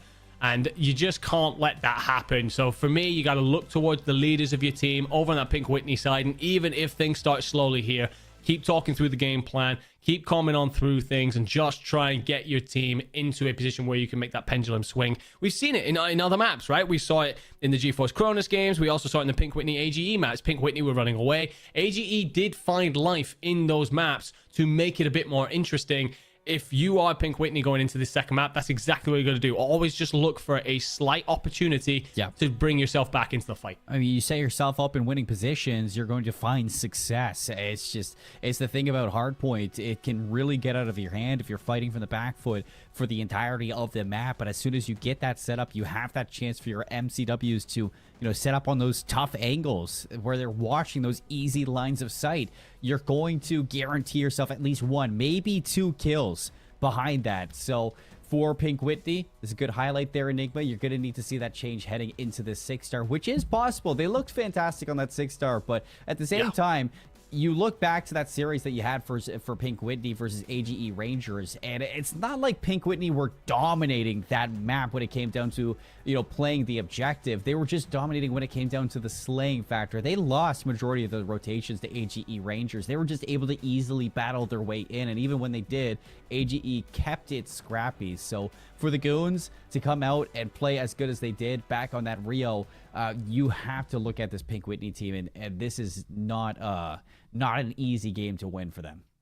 No, absolutely not. And it's got to come down to those rotations. We mentioned it in that first map there. Every single rotation pretty much was won by Goons. That has got to change here. If you are finding yourself 20 seconds left of a hill, you are, you know, not holding it. Goons are in. Get yourself over the other side of the map. Try and get it locked down. At least give yourself an opportunity, right? So many of these teams, and the Goons are a great example of this. Some of the players, they'll set themselves up pretty far out from the hill, but it's purely to find intel. If they lose a gunfight, sure, but at least my teammates know where to look. They're not dying immediately on top of the hill. That's what I want to see here out of your Pink Whitney side. Will we move on then? Can they put up a stance against the Goons? We're going to find out nice and early off this P1 here at the bar as it gets all mixy. Couple of trades early on, but again, just following up after that Rio. Goons going to be into this hard points, and you look at that tracking from already the communication to finish off that kill for the rest of the team. Everything's set up now, and all these great arrows, they know exactly where to look, and they are watching for these respawners to come into the mix. Nice shots from Lo-Fi. Will it be enough? Already quick for the trades, and this time already just looking so skewed. Yeah, it's very one-way, Cheeks. The man who put up over 3 minutes in the hill the last time we were here for Pink Whitney is going to just try and contest. And I like the idea. Lie down, don't give your life away, and just make sure the Goons have to come and find you. And that means that your teammates can step on over, try and hit some trades. What I will say is on an uncharacteristically late rotation from the Goons, might mean that Pink Whitney have an opportunity to open this up. There will be a kill that comes on through. Lo-Fi then also plays around the very edge of the map, and I love the angle that you have here. Finds one, finds the second, will eventually be traded, but the damage is done. Your teammates can push on this. Yeah, but you have a flank, and that's Hate. Making the heads-up play to work through the middle of the map, get in behind these players. Easy clean up with the Renetti, and now looking for more. Swings wide. Cheeks has no idea, not ready for it, and it just looks like the Goons are a couple steps ahead right now, Enigma. Yeah, they are indeed, especially when Hate is making things like that happen. Picks up a 3-piece, basically assists the fourth around one wall, one pillar on the map. I like the effort here from Pink Whitney to just essentially barrel straight through the front door on top of each other. That will then get them a moment in the hill, but it is purely a moment as the Goons seize control again. But look at the minimap. There is a rotation in for Pink Whitney, an opportunity to try and hold something. Never mind, because Hate just hit that absolutely disgusting snapper on the heady. It's one of those situations where it's all that for just a drop of blood, just 4 points off of that last triple hit that you saw. Goons are dominating in not only the rotations, but the killing, and there's nothing that Pink Whitney can do to combat this. It is purely green in the feed, and Pink Whitney just cannot get it going so far. Even Lo-Fi Bedhead struggling in this game. Constant trades from Goons keeping them in this action. It is also, by the way, purely a drop of blood. 4 points for Pink Whitney as the Goons surpass 110. This is a clinic from the Goons, a true showing of their superiority. And the thing is, Pink Whitney looked good in their first series as well, so this isn't a bad side that they're currently rolling over. Just shows how damn good the Goons are. Hate currently 16-5. A couple of kills in the feed. Llama wants to clear this one up. Is going to get pushed by RT, but does manage to finish off his prey. The problem is the rotation for Statue is going to be again in the hands of the Goons. It's a beautiful nade to try and open things up to soften the targets. But Cheeks really, he's going to push into this. He actually gets in for free. I was a little bit worried he pushed that by himself, but it opens up around the U to give him a moment to slide in. Then it's all traded out and the Goons seize control again. And you just look how quickly that is to be traded from Artie. Just not leaving anything up for chance. Crusade cutting them down through mid. And this lead is just terrifying to look at. 157 to 4 points out of Pink Whitney. The Goons are not letting anything get by them. Hate's going to run out of ammo with the MCW, but he's got a pistol that shoots just as straight. Hate is on a spree. 3 in a row. Now make it 4. As you're looking at this Pink Whitney team are just constantly off respawn. FMG 1-10, Llama Rama 4-12. Lo-Fi Bedhead, he's doing as much as he can, but even that isn't enough. It most certainly is not, as RT finds another 2. As the players from Pink Whitney tried to make that connection via the U from Statue in towards Bar. They get no purchase. Lo-Fi, the only player managing to hold a positive record on Pink Whitney, trying to play him from the stairs, trying to find a different angle. Will try and play on out over the top of his teammates, and although he finds one, the rest of his teammates are smoked. They all fall. The goons will cross 200 points. This, quite frankly, is terrifying. Never doubt the kings of cannon. 2-10, and this one's looking near flawless. Kills just continuing to funnel on through. One chance left at this hard point. You're going to get in for some time, but already trying to keep this below 10 points, it seems. He's going to get away playing his life. Cheeks traded, still just forcing these members off respawn from Pink Whitney. Frosty Feet now looking to cut these rotations yet again inside the hard point. He's looking to soak up the rest of this time. This is likely the last dance in this tournament for Pink Whitney. They've certainly given us some entertainment so far. Lo-Fi, in particular, has done his damnedest. Finds 2 to try and open things up, but Frosty's here to shut down one. Hate with another, and Pink Whitney will hit double digits, but can they hold off the onslaught from the goons? Oh, it's not going to be a 10-point club. This time around, Hate's going for 360s, but Crusade slides on in. Looking to clean up the rest. 3 members in front of him, but he's got Frosty Feet behind. The trades come through for Pink Whitney. It's not done just yet. You still can lose on this hard point, so there's some work to do, but now you're forcing that to go to a new hill. It will indeed. The problem is it's over by Bar, and you're getting the spawns on the complete opposite portion of the map if you're Pink Whitney, so you have got to fly. You have got to try and get to your teammates. And RT decides that he doesn't like much of Crusade, but that is all she wrote. The goons with 200-point clubbings here, with basically one of the only teams we've seen look impressive before this series. So good knows what they would have done to some of the other squads in this list. Wow, what a performance. We came into it. Yumi had not seen the rosters really until we literally loaded into the map. I think our predictions would have been slightly different if we had. Yeah. I mean, that was a whooping that we just saw inside of that map. The goons. Wow. That is the team that, I mean, you look at to possibly win this entire tournament. The way that they are playing there. Giving up less than 80 points throughout 2 maps of hard points is an absolutely ridiculous scoreline to be looking at, and we can kind of look through these highlights, which I imagine are going to be just a montage of the goons finding double kills, but it was Pink Whitney's game to lose, or to kind of upset, and they just can never get a grasp on this whole entire concept of what is hard points. And I think that's going to be the difference between the goons and really every other team that's looking to battle against them inside this tournament, Enigma, because you look at how fluent it is when it comes down to communicating amongst each other, tracking down those kills, following up on the damage that is done, and rotating to these hills while all that's going down. It's the macro play of the goons that is putting them so far ahead of Pink Whitney throughout this series, and the kills, it's just a cherry on top. It's just making your job easier. Yeah, I mean, we saw a few examples as well of the comms that you mentioned there. You know, there were moments where players are pivoting to react to what's going on with their teammates, making sure they're trading out various kills. And as you said about the rotations, and a clear difference maker there. You know, we had that person in chat mention about how it was a bit quiet on the side of Pink Whitney. No such thing when it comes to the goons. And if you've got those flowing comms going on between your players, you know, you trust the people around you. And it just makes Call of Duty a very simple game indeed. And, well, that it was here as they progress on to round 3. Yeah, well, we still got some more action in round 2 to deal with. So we're going to throw things to a quick little break here at the Cannon Clash number 6. We'll see you on the other side with more Call of Duty.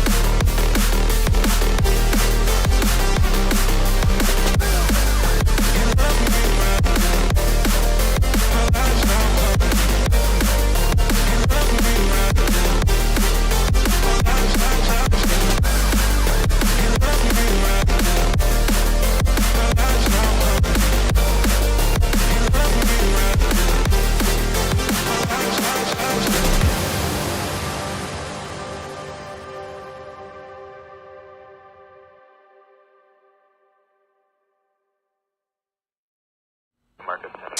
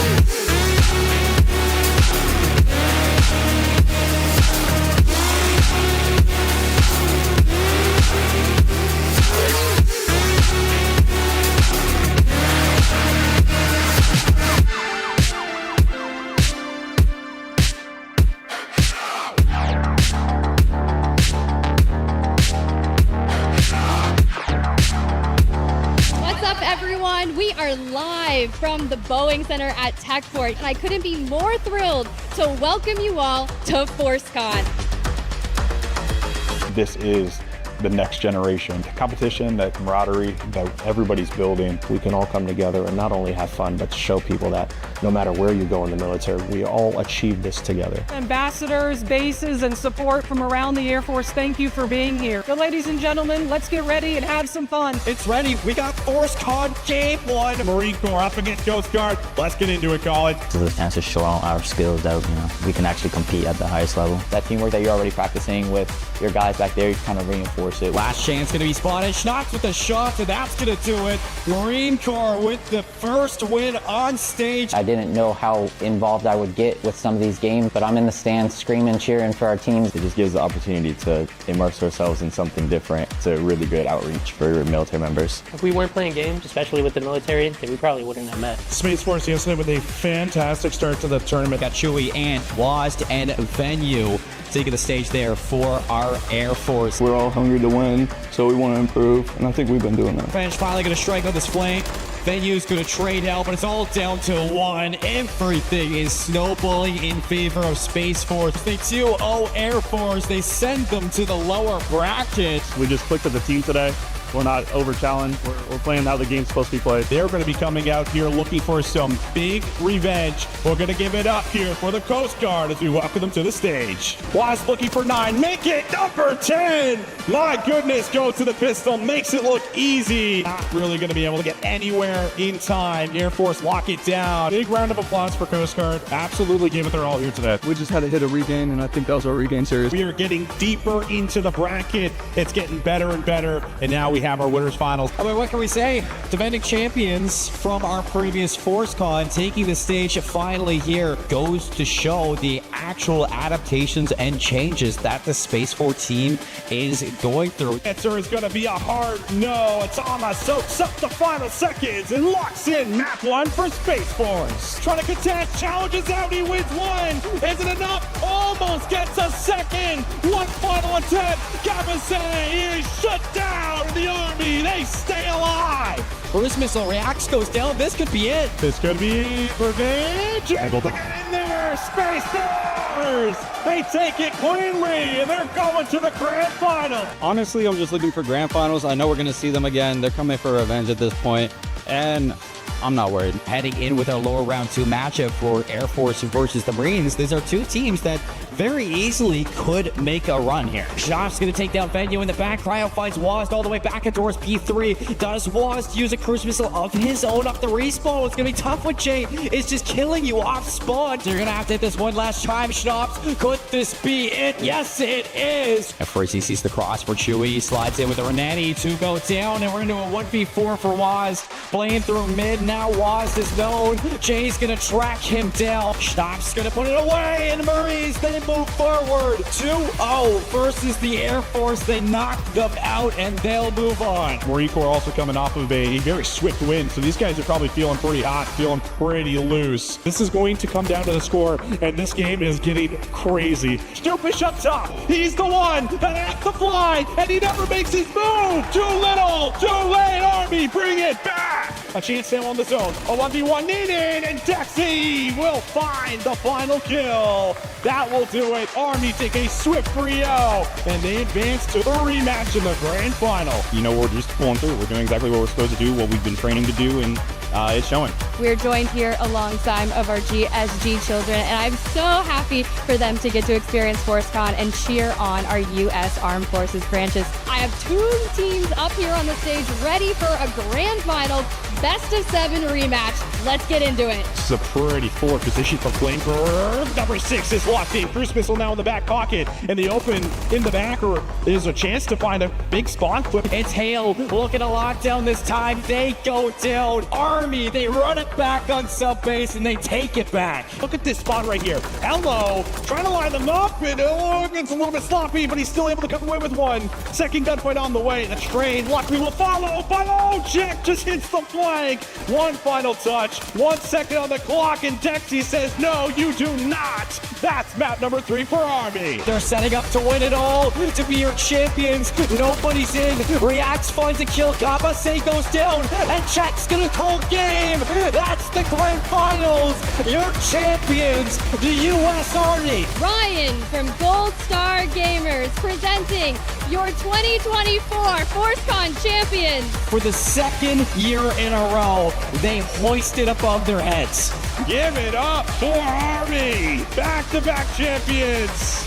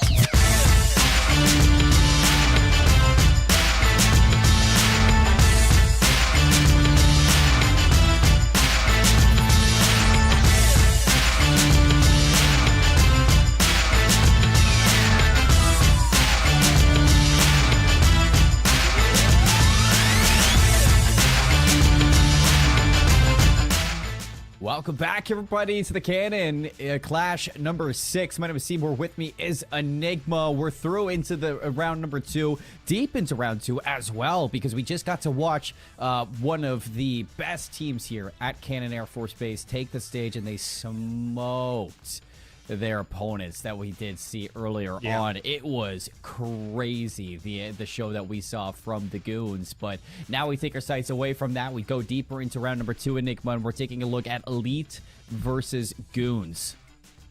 Yeah, so not to be confused between the Goons and Goons. As we get a look here at the lineups for Elite, we're going to have Stealth Level Boat. Love that name. Feeling Froggy. SSTNPP, you're going to have to let me know how we're saying that one. And then Leak G11. Whereas over on Goons, we've got Arsenal, One King of Yellow, Zamu, and Optic King. And it doesn't matter where I go in the multiplayer verse, I can never get away from Optic. But looking at these two lineups, no names here that I necessarily recognize, but I know that I'm relatively newer to the community than you, my friends. So I'm curious if there's anyone here that's catching your eye. No, definitely new to me as well for the Cannon Clash, for AFG in general, but welcome to see new faces inside of the server. I don't know about you, but I'm feeling froggy right now. I'm ready to see this guy take the stage. What a name coming out. Just like you said, too, Stealth Level Boat. I don't even know what that means, if you're a submarine or if you're just a normal boat, but this is the Air Force. I didn't know we had boats here in general, but we gotta take away from the rosters here. We get to look at the names, haven't seen them play, but let's get our predictions in, Enigma. And you yourself, you again going for the underdogs. It seems like Elite is what you're looking for. 2-1 that you seem that they're going to take away. Myself, it says 2-1, but I said 2-0 for the Goons. Yeah, I mean, you said that you're feeling froggy, but I'm actually proving that I'm feeling froggy, because I am back in his squad to be Elite indeed and take this one on board. I am predicting it to be a close series, though. You know, I think that once we start getting into the deeper rounds, I'm expecting a lot of these games to be tight. Then again, we just also watched two of the least competitive maps we've ever seen. So, I'm not sure which way this one's going to go, having not known these players, but I'm sure we'll find out very early in map 1. And, you know, they might not be the Goons, but I imagine that Goons are going to be looking to kind of harness what that last team did when they were in the server, and do the same here to Elite. So I got them going 2-0, not 2-1 in this series. Let's take a look at the maps for this best of 3 Enigma. Where are we headed to? We're going to Rio again for map number 1, Karachi map 2, and then a Vista hardpoint if need be. Okay, so yeah, we're looking then with Rio. Again, it's all about that mid-map presence for me. It's all about controlling that and making the rotations as smooth as possible for your squad. Be, again, interesting to see after P1 who's squeezing through for the back of P2. We've already seen that early pickup of those back spawns can reap dividends as you start to think about the rest of the map and get yourself on a wavelength.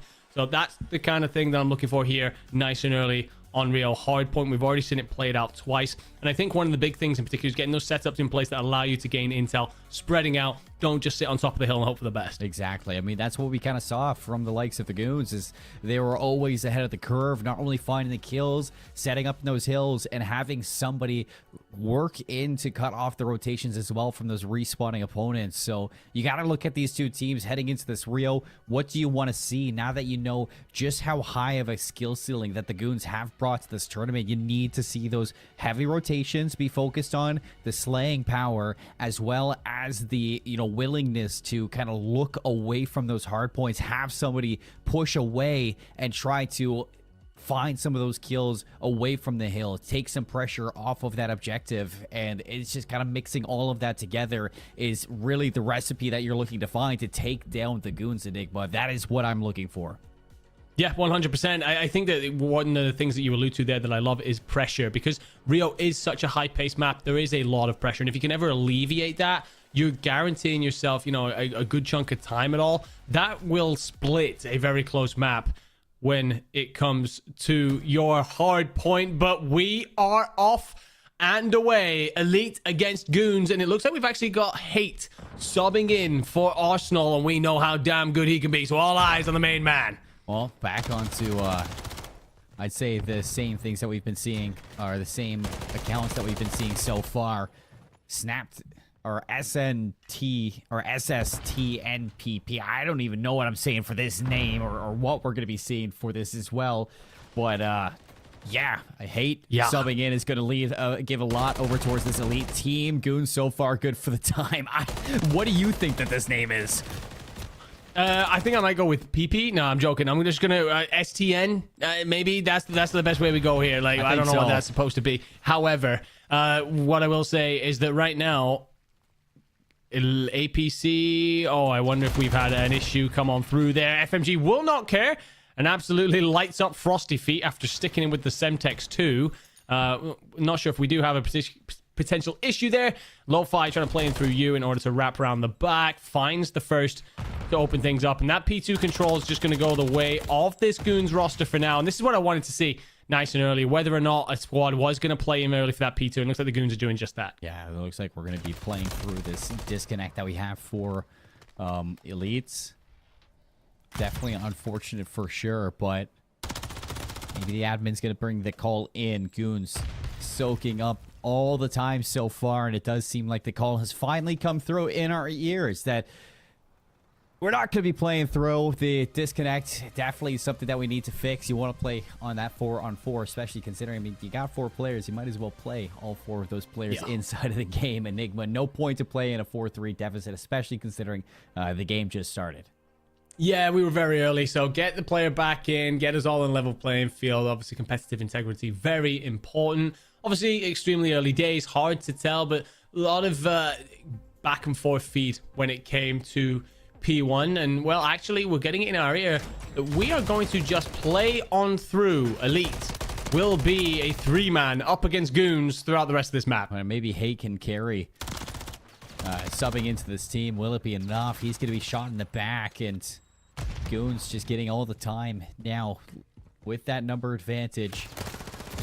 This is a good chance to get myself on the board for predictions, Enigma, as hey, it looks like we get Frosty Feet back in, or APC back in towards the server. So finds his way back, able to reconnect back into a 4-on-4. Llama P90 PDSW. That is some shaky shots coming out from Llama Rama, but Goons happy enough to soak up all the hardpoint time over towards P3, and P4 about to open up. Well, you do manage to get your 4th player back in. I will say, though, you're going to be a little bit discombobulated. You're just having to run through the menus and suddenly spawning in, and people are playing in for a P4 setup. But Hate has managed to find his route through boxes. The shots are a little bit shaky, but does find FMG. Cheeks then manages to at least trade him on out. And Llama Rama coming in around the back here could be a huge if he can time it with Frosty Feet. And I believe that, no, we have lost APC again. So Elite looking to try and open this up without much in the way of support. And that first kill will at least open up the hill, but unless Hate can make a moment of magic happen here, this is going to be a tough break. Issues with the connection. Definitely going to be plaguing this team on Elite. But some good time here from Llama for a second. Lo-Fi is going to shoot him in the back. 5 in a row from Lo-Fi. Bedhead, and Hate finishes off that streak, not allowing him to go any further. Trades keep on coming, though, with those numbers. And I don't know what's up with these players today, but they are so turned around shooting their own teammates. Makes you a little bit worried when push comes to shove and they have to face up against the Goons, if everything's going to be able to put together. But Goons so far, inside of this matchup, they are sailing. They are indeed. Absolutely flying. And this, for FMG, is an opportunity to cut off the spawns, and he's ready perfectly. Although doesn't manage to finish off Hate. Does enough damage so that his teammate picks it on up. And Llama, well, he's just shooting in the wind at the minute. No idea what's going on there with the P90. Unfortunately, just not working for him right now. Cheeks, though, into the hill, finds one. Should have recognized that his teammates are coming in from that side, so should turn around. But right now, the Goons just running away with this. 150 points to the 19. Llama Rama, well, what can you do? Not very much is the answer. Yeah, not at all. So the time keeps on growing for Goons. Hate, albeit 12 and 12. Finding some value. Just doesn't seem like it's going to be enough. Frosty Feet's going to have a chance at maybe the break. Unfortunate teammate there from Hate. 4 seconds that you really don't need here if you're Elite. You should be looking towards the middle of the map and trying to make some kind of a setup happen, but all the kills come through for Goons, and they have that mid-map control. I gotta say, by the way, APC has managed to get back in. That is one king, by the way, so just to give you guys an update on the name. So APC is one king. They're playing on different counts. Llama is Zamu, and then Optic is on Frosty. And I gotta say, Hate and Optic in particular really doing their best here to make things happen, despite the disconnection issues that have been going on. And Hate here pushes up the Eskies, finds one, avoids being traded out, and stays alive long enough for his teammates to support. But still, you're losing out on this time. Goons very close to hopping into that 200-point marker. It's a triple kill coming out from the side of Elite. Is it going to be enough to hold on to the time? No, it's SNT or STN to get them over that 200-point mark. Llama on a deep flank here. He's going to give himself away. Players trying to track him through, and he will get shut down, but heading over towards P2. STN again looking to make the play. Optic here turns away at the wrong time and will be picked up by Lo-Fi. And APC have spent more time out of the map than in it. Manages to come in and trade that out. Cheek staying alive there is going to make things awkward for Hate. He's got to watch over his shoulder. And although it is all cleaned up in the end, that meant that he was turned away and gets found by STN, who then pushes on forward towards Gate and finds a second. But the spawns are still in for Elite, so they're not going to stay away for long. No. A couple kills come through from Goons. They're going to be working this one from the front. Hate trying to hop in to contest this one as long as possible. Lo-Fi finally getting that trade. Frosty's going to slide out to the right. Good shots there on the FMG. Now looking to get in. The collapse is out. Llama leading there, and the kills come through from the rest of the team. 219 to about 53 when this is done. Heading over towards P3. Goons still set up through mid. They have all the pressure on the map. Right now, Elite just trying to make this a little bit more interesting. But they are in a losing battle as that rotation, that kill from Lo-Fi means that they should have an opportunity if you're the Goons to just set up on the point. It's a beautiful nade to open up for the first. Frost has got a lot of work to do. He's going to be charged. Wins the gunfight though. And there's mostly a yellow feed, which is going to leave Lo-Fi by himself. But we've seen him do mad things on previous maps. But hey, with a great Semtex to trade it out and a double to break in through the front. And all of a sudden, it feels like Elite here is finding a few bits of kills. I gotta say though, Llama continues to have struggles. Yeah, Llama not having a good showcase here for Elite. APC comes back and you get a little bit of time, but it just looks like Goons are ready to put this one away. 10 seconds left. You got STN through the middle. Everybody racing to get in towards this hard point. The kills come through. A team kill on towards Llama. The beatdown going for the assassination. Not gonna happen. We go to another hill. The time doesn't end just yet. STN knows, though, this is the victory lap. Heading over towards that fourth hill. Just needs to hop on for 2 more seconds. And this one could be over here. A couple kills back, and Hate's not giving it up just yet. Hate refusing to die. STN has indeed gone on a victory lap, pulled out the confetti, the champagne, and everything else en route, and then finally gets back to the hill saying, guys, can we just finish this off? But I believe that will be Goons that came on through, right? Goons with a team that won that? Am I lost? Yes. Goons taking that one. Yep, Goons taking that one for sure. So 1-0 to Goons, and the wildest map of Call of Duty I have ever gotten to cast over is indeed over. I gotta say, I feel for Optic, I feel for Hate, because obviously they were trying to put up a fight despite the issues. What I will say is at the end of map 1, we are no nearer to actually knowing which team is the better team. I have no idea what just happened towards the end of this one, because we didn't even get to see APC really, show up in that whole time. It was APC just trying to battle with his own connection issues. You were fighting a 3 versus 4 that entirety of Rio.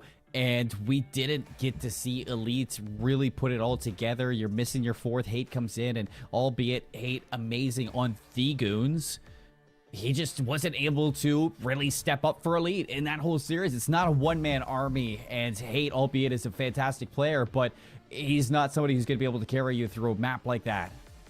No, absolutely. I mean, I think Llama lags out at this point as well. It's just unfortunate for the Goons lineup.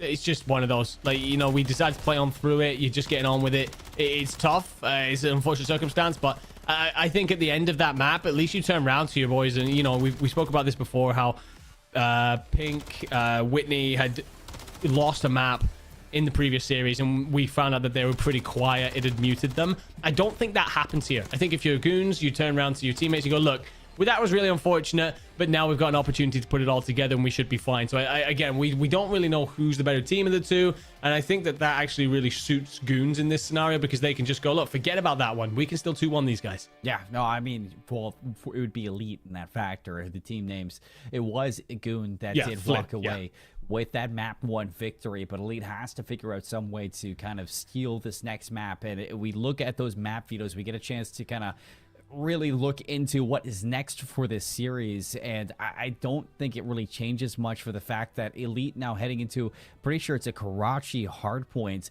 are going to have to play some systematic COD, and we didn't see that at all inside of that map number 1. Realistically, from either side of the field, it was very scrappy. Everybody was trying to break from the front of hills. You were losing in rotations. You were keeping it scrappy and trading a lot of these fights. So heading over towards a Karachi, it doesn't make it any easier in a map that you now have Goons who are dominating in that kill feed get to have that chance to get those early setups, and once they get the 4th down, so and so forth, it's then going to be a setup that you don't want to have to face. No, absolutely. And I think that this is one of the moments where we are looking towards a player like Hate, and we know the quality that he can bring. Yes, you lose your 4th if you are Elite, but bringing in Hate, that's one hell of a player regardless. I think we're looking at someone like him to lead the line, whether it be in the slaying, in the rotations, as you just mentioned, are so important when we start talking about Karachi, to drag your team back to level pegging here and force our first map 3. I think that, yeah, he's the one for me that I'm kind of calling on and saying, look, guide these guys through this next map, because no doubt map 1, although I've spoken about, it's a case of, okay, it wasn't on us what happened there. It's still tough to sit there and think, okay, well, we're 1 map down. If we lose 1 more, that's our tournament done. I think for Goons, honestly, you're just probably a bit of a free-for-all in that one. I think once you notice there was a couple of disconnection issues, you're just like, you know what, we can just kind of play however we want here. We're going to be fine and see this on out. If you are the leader of that team, you absolutely want to avoid any complacency. Do not get off to a slow start here and give Elite every reason to believe that they're about to absolutely bounce you. No, and I'd like to take a look at the map vetoes for this best of 3, just to kind of confirm what we're heading into for the next set of maps, because you kind of predicting that this might go to a map number 3, or there's a chance that this might go to a map number 3. And if I'm not mistaken, that was a Vista hardpoint that we are going to be looking at for that 3rd map. And if that's the case, it kind of goes back to the scrappiness of Rio. Are you going to be able to keep up in the slaying factor? Is that even a possibility for Elite Enigma is kind of what we're wondering here. Yeah, that is indeed something that we got to pay attention to. I think Hate and Optic were both around even in that Rio, despite lacking players to be able to trade on out with and such. So I think that they may well have some slaying power when it comes to this Goon lineup. But yeah, for now, Elite obviously carrying that 100-point club victory. But yeah, I think that we're going to find out so much more about the teams when it comes to Karachi. And let's talk about Karachi then for a moment. We've seen it a few times. We know the power positions, right? You're looking for your AR player to play top 3rd. You're looking for players to lock down those long, straight lanes. Or something like a P2 where you set yourself up, okay, let's make sure no one can get over the half wall, and just put check marks on the map, roadblocks, bottlenecks that just make it so difficult for anyone to break your defensive setups. Yeah, well, we get things set up for this Karachi hardpoint coming up soon. We're going to head things to a break here on the Cannon Clash 6, and we'll see you after this break with some more Call of Duty, everybody.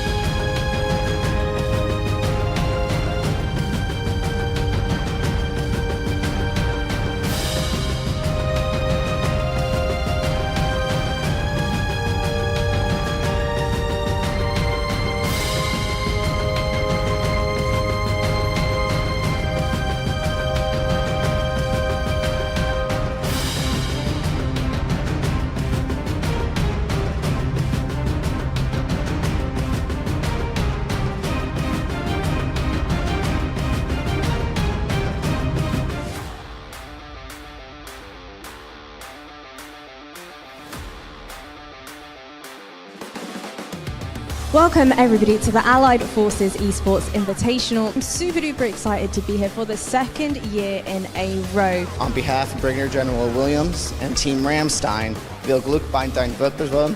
Bonne chance dans tout concours. best of luck in your competition. We're going to be best of sevens all throughout. As we all know, if anybody can do it for the whole day, it's of course the Armed Forces. Well, you guys actually ended up facing the Royal Air Force last year. Any key takeaways from that matchup? Probably just get as many flip resets as possible. It's my job to deny as many flip resets as I possibly can. To steal away the 100 boost, Ethan. Oh, sets it up for G-Wood. That's a shot, and Cedric at the near post. Oh, I was going to say take the shot, but Fruit Loops got it! Oh, she's been spectacular all series long. If they leave that open net for me, I'm definitely going to take it from them. I think we have a chance against Coast Guard. We'll try to do everything we can do. They're great people, but unfortunately, we're going to have to take it down. Oh, that is a beautiful pitch goal. Misses out, but it's a shot. It's a lead. A lead for the French Air Force. That the demos from French Air Force will not be enough. I think CGG's on top. Got a little fun mixer thrown in, a little staff show match, don't we? Last minute-tiers are ruthless. They 3-0 sweep the Grand Plats. Last minute-tiers are your staff champions. Who's going to walk away with the victory? Gotta stick with Air Force because I'm feeling blue today. We'll give them 2. 4-2 on the cards or not at all? No, it's going to be 4-0. I don't know what they're talking about. He manages to wait out Fruit Loop, break through, and are they going to win this series 4-0 again? The US Air Force, they are a beast. Well, the Royal Air Force is the real Air Force, let's be honest. We'll see whether their 3-0 becomes 3-1 after this. No pressure at all. It's only Tut. It's only low tech. It's only Chowder. Beaten to the ball again. Low Tech will have a shot, and he sinks it. He only needs one. They are genuinely having to break out the toolbox, and now with a breakaway, that toolbox is going to have to come out again. Corralling this beautifully. Flip reset. King Tut. Anybody has a chance, but yeah, it'll be 20-0 at the end of the day. Well, I've hit Stell's peak on keyboard and mouse, so we'll see if we can beat him. Absolutely not. No way. Cedric on the wings brings the goal into the net. Lovely little effort. Woo! Talk about fluid. G-Wood, now talk to me. Was that easy clap for you boys? Yeah, it was fairly easy, I'm not going to lie. We're going to see the all-star match. Never mind. Beautiful bit of creativity. Smart and guile. It's Stelios 2-1. 7-game thriller. Orange team winner. What was communication like with this new team that you formed on stage? I think for every game, there is a language. Just a single goal right now for the French Air Force could be all they need. Cedric going for the double touch once again, connects with it, and that might just be the nail in the coffin. We're not going to just lay down. We are going to come at you as hard as we humanly can. My commentators were supporting the Space Force. What do you think of that? Well, we went to Game 7 yesterday. That's definitely not going to happen again. Sentinels really put up a big fight. They took one, but that's about it. Pretty sure that's how the Coast Guard's going to come out too. Good a reason as any. I'm sorry, but CCG is better than Space Force. No, Space Force, come on. Big bump, big play, echo chamber, 1-0 Coast Guard. Allowed to go pick up the 100. It started the counterattack. Space Force are back, baby. Infield, Ethan.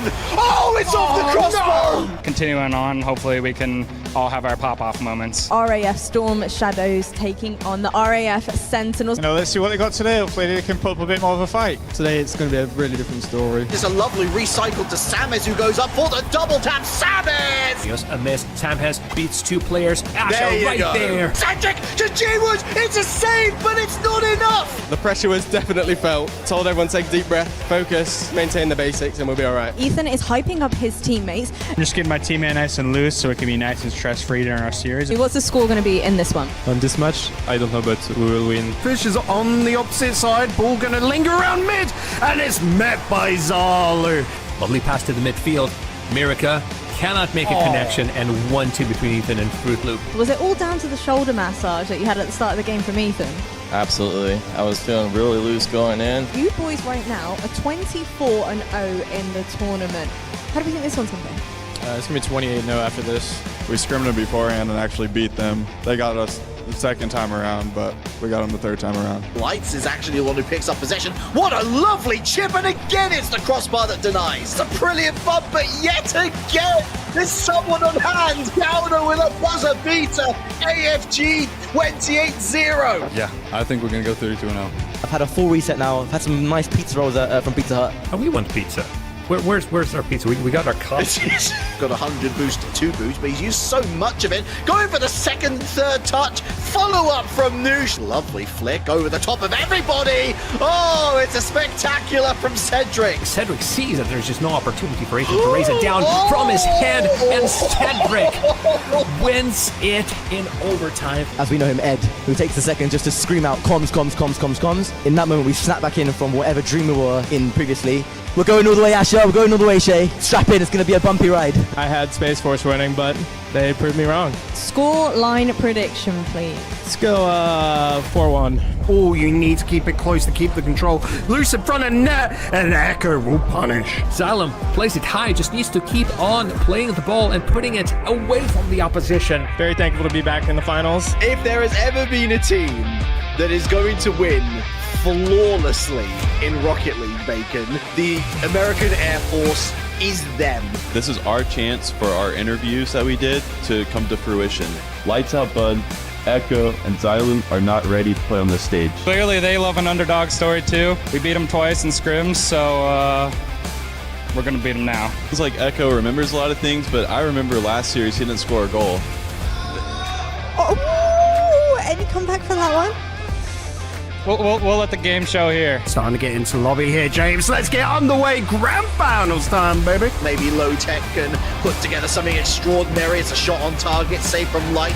Chowder back into the central area. Miss from Xylem. Oh, and it's a costly miss. Coast Guards are not ready for a counter-attack. Powerful shot, but it's wide. Full up here.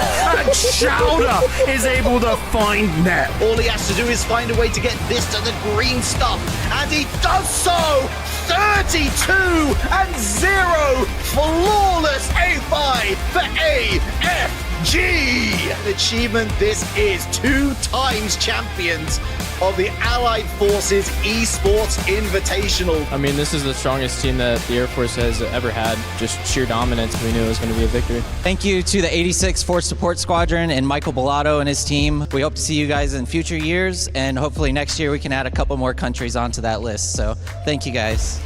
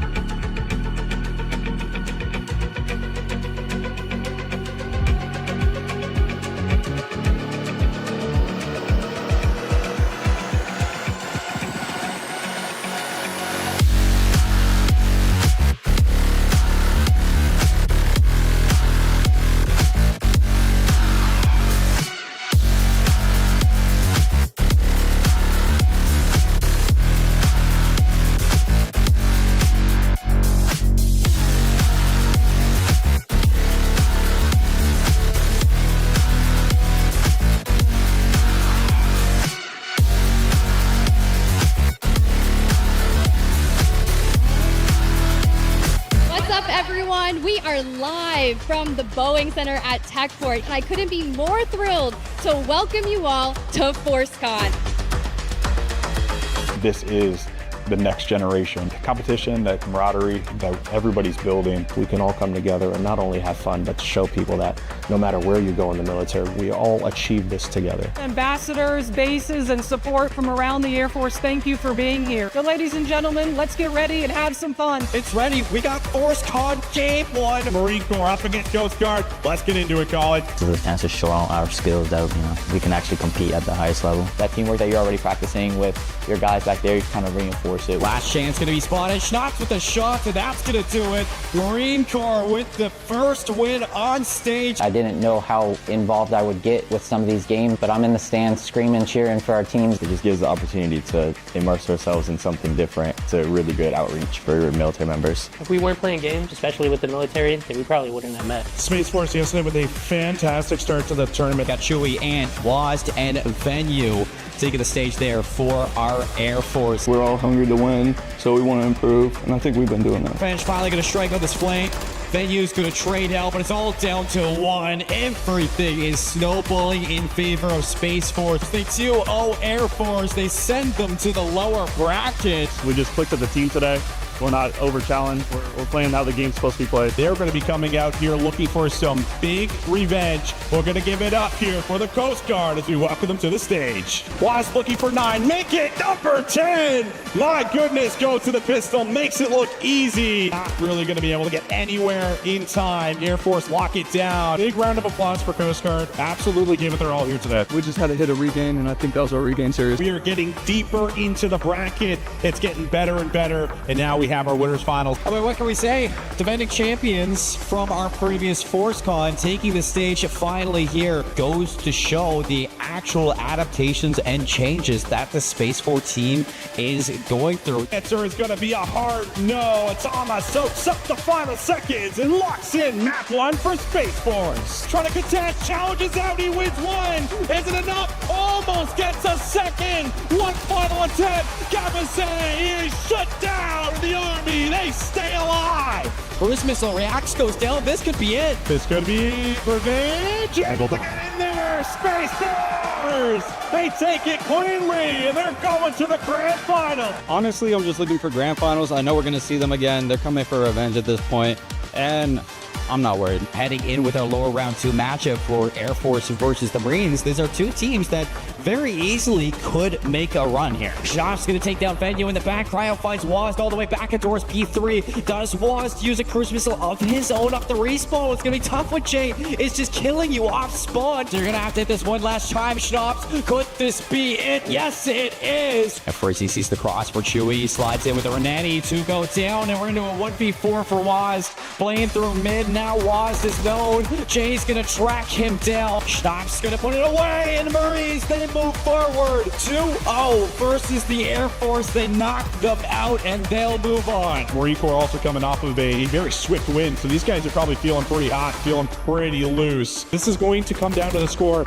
and this game is getting crazy. Stupish up top. He's the one that has to fly, and he never makes his move. Too little, too late. Army, bring it back. A chance now on the zone. A 1v1 needed, and Dexy will find the final kill. That will do it. Army take a swift 3-0, and they advance to the rematch in the grand final. You know, we're just pulling through. We're doing exactly what we're supposed to do, what we've been training to do, and it's showing. We're joined here alongside of our GSG children, and I'm so happy for them to get to experience ForceCon and cheer on our U.S. Armed Forces branches. I have 2 teams up here on the stage ready for a grand final, best of 7 rematch. Let's get into it. This is a pretty forward position for Flamethrower. Number 6 is locked in. Cruise missile now in the back pocket. In the open, in the back, or there's a chance to find a big spawn flip. It's Hale looking to lock down this time. They go down. Army, they run it back on sub base, and they take it back. Look at this spot right here.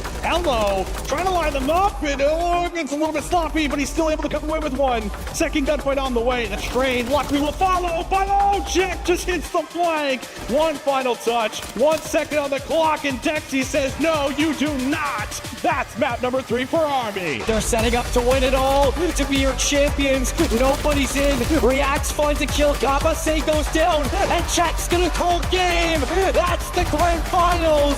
Your champions, the U.S. Army. Ryan from Gold Star Gamers presenting your 2024 ForceCon champions. For the second year in a row, they hoisted above their heads. Give it up for Army! Back-to-back champions!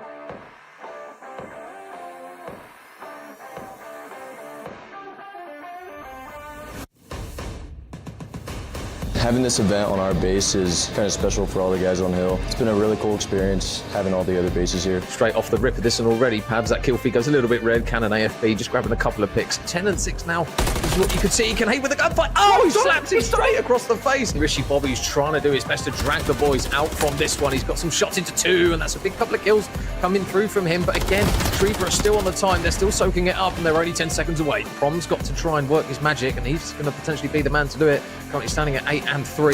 There's the first pick. First man down. Does he know the second man's on the bomb? And he gets the second as well. As the host base, we do feel a little pressure to succeed. We had our base commander and our chief in here yesterday watching us. 10-second mark as we approach the latter stages of this P2 and scrap time just available. But Zep, that kill feed has been very, very red so far. Just like that, you could see Oh my god. Hail!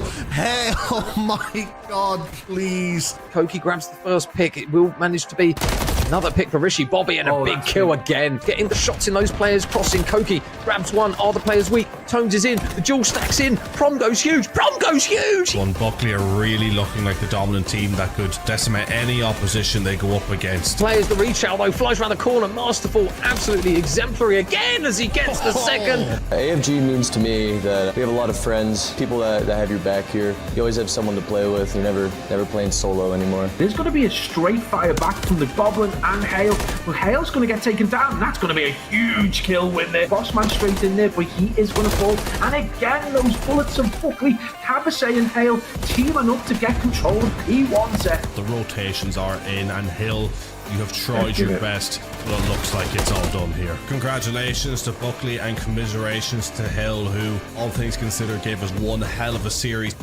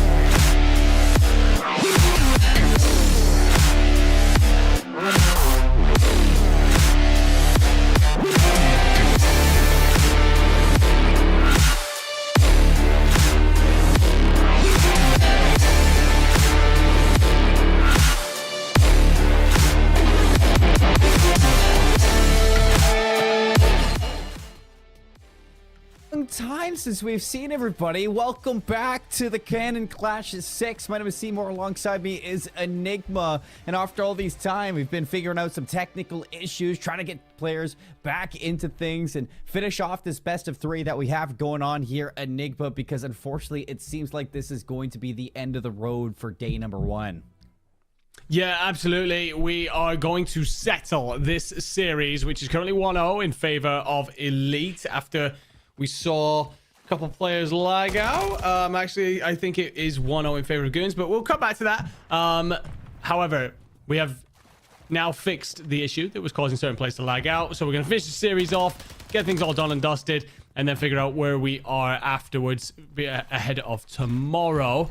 We're loading into the Karachi, and immediately here for P1, no surprise to see that it's just going to be a pinstripe feed, a bit of back and forth. But I'm looking to see which kind of teams are setting themselves up for that P2 rotation, Seymour. Yeah, and me too, and I'm fairly certain it was Elite. I'm pretty sure we got a confirmation at the end that the teams were Elite that won out on that first map, so I think it's all is correct heading into this one after what was very confusing into the map number 1 with everything that went on there. But I'm already seeing some interesting stuff here that we haven't seen before. And STG was out, and I think possibly with how late or how long it took to get into this map number 2, maybe players have had some time to really look into these classes on what they wanted to bring into it. So an STG is going to be quite funky to bring into the mix. Yeah, well, indeed. STG, by the way, pretty solid when it comes to those mid-range fights. Basically hit scan up to a certain distance, but then has a ridiculously quick fall off that's certainly faster than your MCW. So weirdly feels almost like a little bit of a flex weapon. Like, you know, the traditional, like, not necessarily the flex that changes roles, but it's one of those that kind of fits somewhere between an AR and an SMG. Thinking like your Black Ops 4, we had your 3-weapon meta. That's where the STG kind of sits right now. So if you're the kind of player that likes to be aggressive with an AR, then it might actually suit you quite a bit. However, right now, what isn't suiting any team is getting some sort of lead in this matchup, because right now, these teams are just trading each other back and forth. Looking at a late contest here from APC. I want to see players make rotations instead when we're this late on. Of course, Seymour, not much has changed in the sense that Lo-Fi found himself another 5 streak. Yeah, and that is not a dumpster that you can jump onto. We got a rotation over to 3, and it's actually quite well for Elites as they're getting all the time as STN into the hill. Everybody looking to set up now for Elite. Goon's going to have to break this one with a little bit of a split push from 3 separate angles. One player looking to go through the market, a couple from Junkyard, and APC running it right down the middle. Trophy's going to block off that Semtex FMG. Lots of damage onto himself. Frosty able to trade this one out, but Lo-Fi Bedhead able to put together 2 with the Renetti and a well-placed nade. That's going to spawn Goons over towards the market side of the map. None gets pushed out here so that you can just hold down 3. I love this position from Lo-Fi, just keeping an eye on players that might be trying to cross.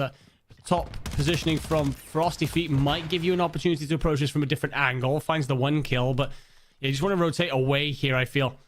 Just stop the rotation coming in from Elite and perhaps gets a little bit overextensive here. And it's concerning to me if you're Goons that at no point there have you considered just rotating in, locking down that next hill, considering you basically had all the Elite players still at P3.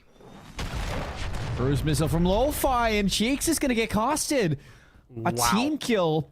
That's not going to stop them. STN able to find a kill into APC. FMG with some fantastic follow-up. It's a double kill.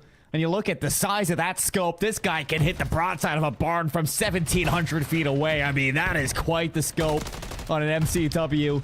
Cheeks into the mix. Lo-Fi just above the rest of them. 13-3 starts of this game, and Elite starting to pull ahead. This is all of a sudden terrifying if you are Goons. Reminder that they were the ones suffering from the issues in map 1. We kind of spoke about it at the end. We didn't know which team was the better team, really, because although Elite had come out on top, was it a case of the Goons were just having issues in regards to the disconnections, and therefore they'd be fine coming into this? Right now, Elite are showing that actually, no, they are just the better side. Another interesting setup here as we see a Baz P pulled out.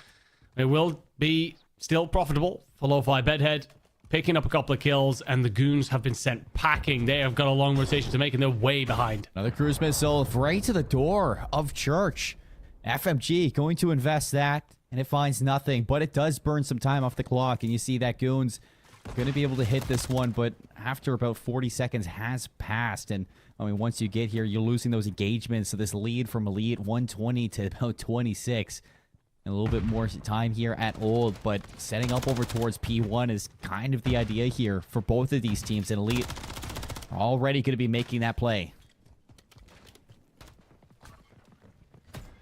From Goon's perspective at the minute, you're probably looking at Llama in particular, 2-9. That's not going to help the situation. APC currently 6-13. You look for those guys to step it up a little bit as we find our second set of rotations.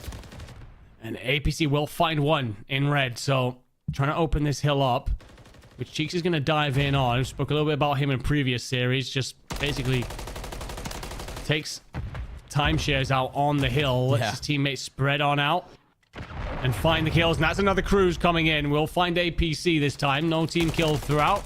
And FMG up top here with that massive scope is just going to be able to look out over this hill and provide cover. It's a little bit of salt in the wounds when you don't even lose control of the hard point, but you still infest the cruise missile. Just to add insult to injury. You're not getting much time off of P1, and in fact, Goons have the rotation over towards P2. So Elite, they've used every single piece of their arsenal, and they still don't have this rotation. No.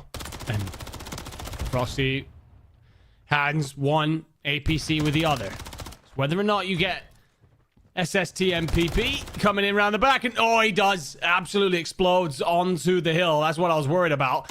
Now it's a case of can you get your teammates around you and start to cut off that half wall, because that's the side the Goons are spawning in from. Llama's managed to make it on over. This kill is going to be absolutely huge. And no, the players are shut down. Hate has just about managed to get over the half wall and needs to buy more time. Otherwise, your teammates end up in this trap. Yeah, I mean, this half wall is almost impossible to jump over when somebody is watching, and Cheeks is laying prone, cleaning them all up with the Rifle 9 in hand. It hasn't been a very fruitful game for Cheeks when you look at his scoreline, 9-13 after those past 3 kills. I mean, he was sitting at 6-13, but you put him in a position like this, he will punish you. The shot's not so good, and Llama is actually able to maybe find some exit kills there, but over towards New, STN set up on an island. surrounded by players, but his presence alone is allowing this rotation plenty of time to get here. Yeah, it is. Goons need to do a quicker job there of just dragging him down. And then needs to get a player onto the point as well. What I don't want to see is all 3 players bundle themselves onto the hill. One will do the job. The others need to push on out. And this is exactly why. Because otherwise you let a free rotation come in through Scrap. Frosty will at least find one. But you almost left a huge hole in your setup there that allowed Elite to get an opportunity to just bully straight on through. And for me here, Elite, I mean, you could just rotate in for 4. FMG pushes this for a last, sure, but you don't need to hit this. You can just back on off, set yourself up like a top castle or back concrete, and just lock down P4 to get yourself over that 200-point marker. This is the best we've seen so far from Goons. Inside of this Karachi hardpoint, you're going to get a last-ditch effort back at this P3 hill, and that is going to leave things a little bit separated over towards this new rotation. Frosty's going to be able to catch FMG on this rotation towards new. It's a good punish there, and Lo-Fi Bedhead drops as well, so Goons goes from getting the majority of the time over at P3 to getting initial time at P4. This rotation, fantastic for a team that desperately needs it. But here comes Elite. FMG on the flank. Some nice shots from Hate watching over the rest of the team. Has to do more. Tracked down by STN, still alive, still finding kills. Lo-Fi finally gets the trade, but you have the close spawn, so you're going to be able to hit this yet again. They will. Right now, Lo-Fi is just trying to help hold this push off. Cheeks finally removed from his domain of the hill. Lo-Fi is trying to keep an eye on top castle here, top satellite. Nade goes out, which will back a player down. Finds the first, and again, backs Frosty Feet down. Can you get a teammate up there to try and sniff him out? Well, for now, the answer is no, but STN will be there with a double for a couple more kills. Rotation on towards Scrap. FMG finds one, is traded, but that means Goons should have an opportunity here to set themselves up, although Lo-Fi won't be far away. That's 3 hills that you've lost the rotation. If you're Elites, eventually you have to think it's going to pay off for Goons. APC, nice shots here. Llama looking to turn himself around. Get involved. I don't know what he's looking at, but Hate's there to help him out. APC finding kills as well. Goons inside this hard point, soaking it all up. Right now, Elite, it's a bit one-dimensional, trying to hit straight through the front. I like the position of Lo-Fi. Of course, it's him coming through the mid-map, trying to give a different angle to this approach, but is found. 3 clean kills for the Goons, and they've managed to just slowly make this game a bit more competitive all of a sudden. FMG will find one. Oh, nearly gets the second, but APC does enough. And puts himself up to a 5 as well, by the way. Keep an eye on that cruise potentially coming on through. Can be so useful on this map for breaking hills open. And as we look towards our 3rd set of rotations, we look for number 1. Lo-Fi spotted Frosty Feet, who had slipped the gap a little bit. Tried to get in through the back. But that clean out should reset the board. And essentially draw 28 seconds. an even line in the sand. And that, yeah, I was about to say, the timer is running out here. These squads need to dive on this hill, particularly Goons. Yeah, I was never, one to really pay attention to the timer because usually it doesn't come to that on a map like Karachi, but so uncontested. Goons gonna hop in. 22 seconds. Cannot lose out on this time bank. FMG stunned up. Shosh just not connecting. Swaps back over. The scope is good. Lands in. 20 seconds. You have a lead. Goons desperately need to get into this one. He's being chased down. Lo-Fi, is it going to be enough? The Renetti not getting there. 15 seconds and they can just win this off of time alone. Yeah, FMG's just providing Overwatch. Beautiful work from top 3rd. Finds a whole bunch of kills on the way. Honestly, you could have just stayed out of the hill here and it would be done and dusted. Cruz will connect with nothing. Very unfortunate considering the proximity. And then 3 quick kills in the feed for Elite. And honestly, you can just step off the point if you want STN, and then this is all done. So long rotation left for Goons, but FMG also then trying to cut off that rotation at the source and just deliver a hammer blow. APC will find the kill, but if anything, all that does is drag the timer down, and we are done. Elite, I believe, not Goons, coming out on top in this one to seal the deal in our series. 218 to 142. Very rare that you see Karachi end to time. But with how contest heavy that was, with how back and forth it was, Elite walking away with the 2nd map and the series in this best of 3. What a game that we saw from this team. Elite, they looked great. I was really a fan of the way that they were prioritizing the power positions inside of Karachi. We highlighted that before on a map like Karachi and how important it is to not only win those rotations, but get those power positions. And they might not have been winning the rotations in that second set, but they were getting those power positions. And you saw towards P1 how crucial that was, Enigma. Yeah, absolutely. FMG up there. He does have that monster scope, so best position for him to be, way up in the clouds, but doing the work. Covers over, picks up a 5 spree just by making sure that you've got all those various angles locked down. And we're going to get a run through of our highlight package here. And honestly, I feel like, you know, a couple of players in particular really stood out are going to be STN. Thought really good final map here. Thought did a really good job of just continually breaking hills like this open. A particular example there on your screen. And also Cheeks, that guy again, doing the Lord's work by just lying on the hill for so long that allows his team to just continue to play out the way that they want. Such an underrated role, but something that I know you and me both appreciate, that being the hill kitten of the squad, just allowing the rest of you guys to do the fragging. Yeah, no doubt about that. Well, I mean, for Elite, everything's going to get harder from here on out because I'm pretty sure they actually moved away from the Goons, or away from Goons into the Goons. Now, Enigma. Yeah. I know they got a little bit of a taste there of playing against Hate. That's just 1/4 of what you're going to be expecting. And Hate was putting up quite a fight inside of this best of 3. I think, you know, if anybody on that team for Goons, Hate was really the most performing. And you would expect that with how much success he has found within, you know, representing Canon Air Force Base inside of Air Force Gaming, within their tournaments, and, you know, within CONUS, where we saw him really tear things up with that squad. It's going to be good to see Hate show up on his team tomorrow in day number 2, but we're going to be closing things out here in day number 1, Enigma, and I just kind of want to throw it back to you. Anything that really stood out to you for today, for the maps that we saw, for the games that we saw? No, not really. I think that just looking forward to watching this tournament, you know, come towards that conclusion point tomorrow. I spoke about it at the top of the show. The deeper we run in these things, the more competitive these matches get, the better players go up against each other. You know, sometimes we get mismatches earlier on in tournaments, and we've seen a few of those throughout this afternoon. We've seen some real one-sided maps, but all of a sudden that all starts to get a little bit tighter as we move deeper in. And I'm looking forward to seeing it, my friend, and obviously casting it alongside you. Yeah, you and I both. Well, folks at home, folks at Canon Air Force Base, thank you for tuning in today for the Canon Clash number 6 over at Canon Air Force Base inside lovely New Mexico. We'll see you all tomorrow for day 2, the finale, the semis, and the finals. Have a great night. We'll see you tomorrow.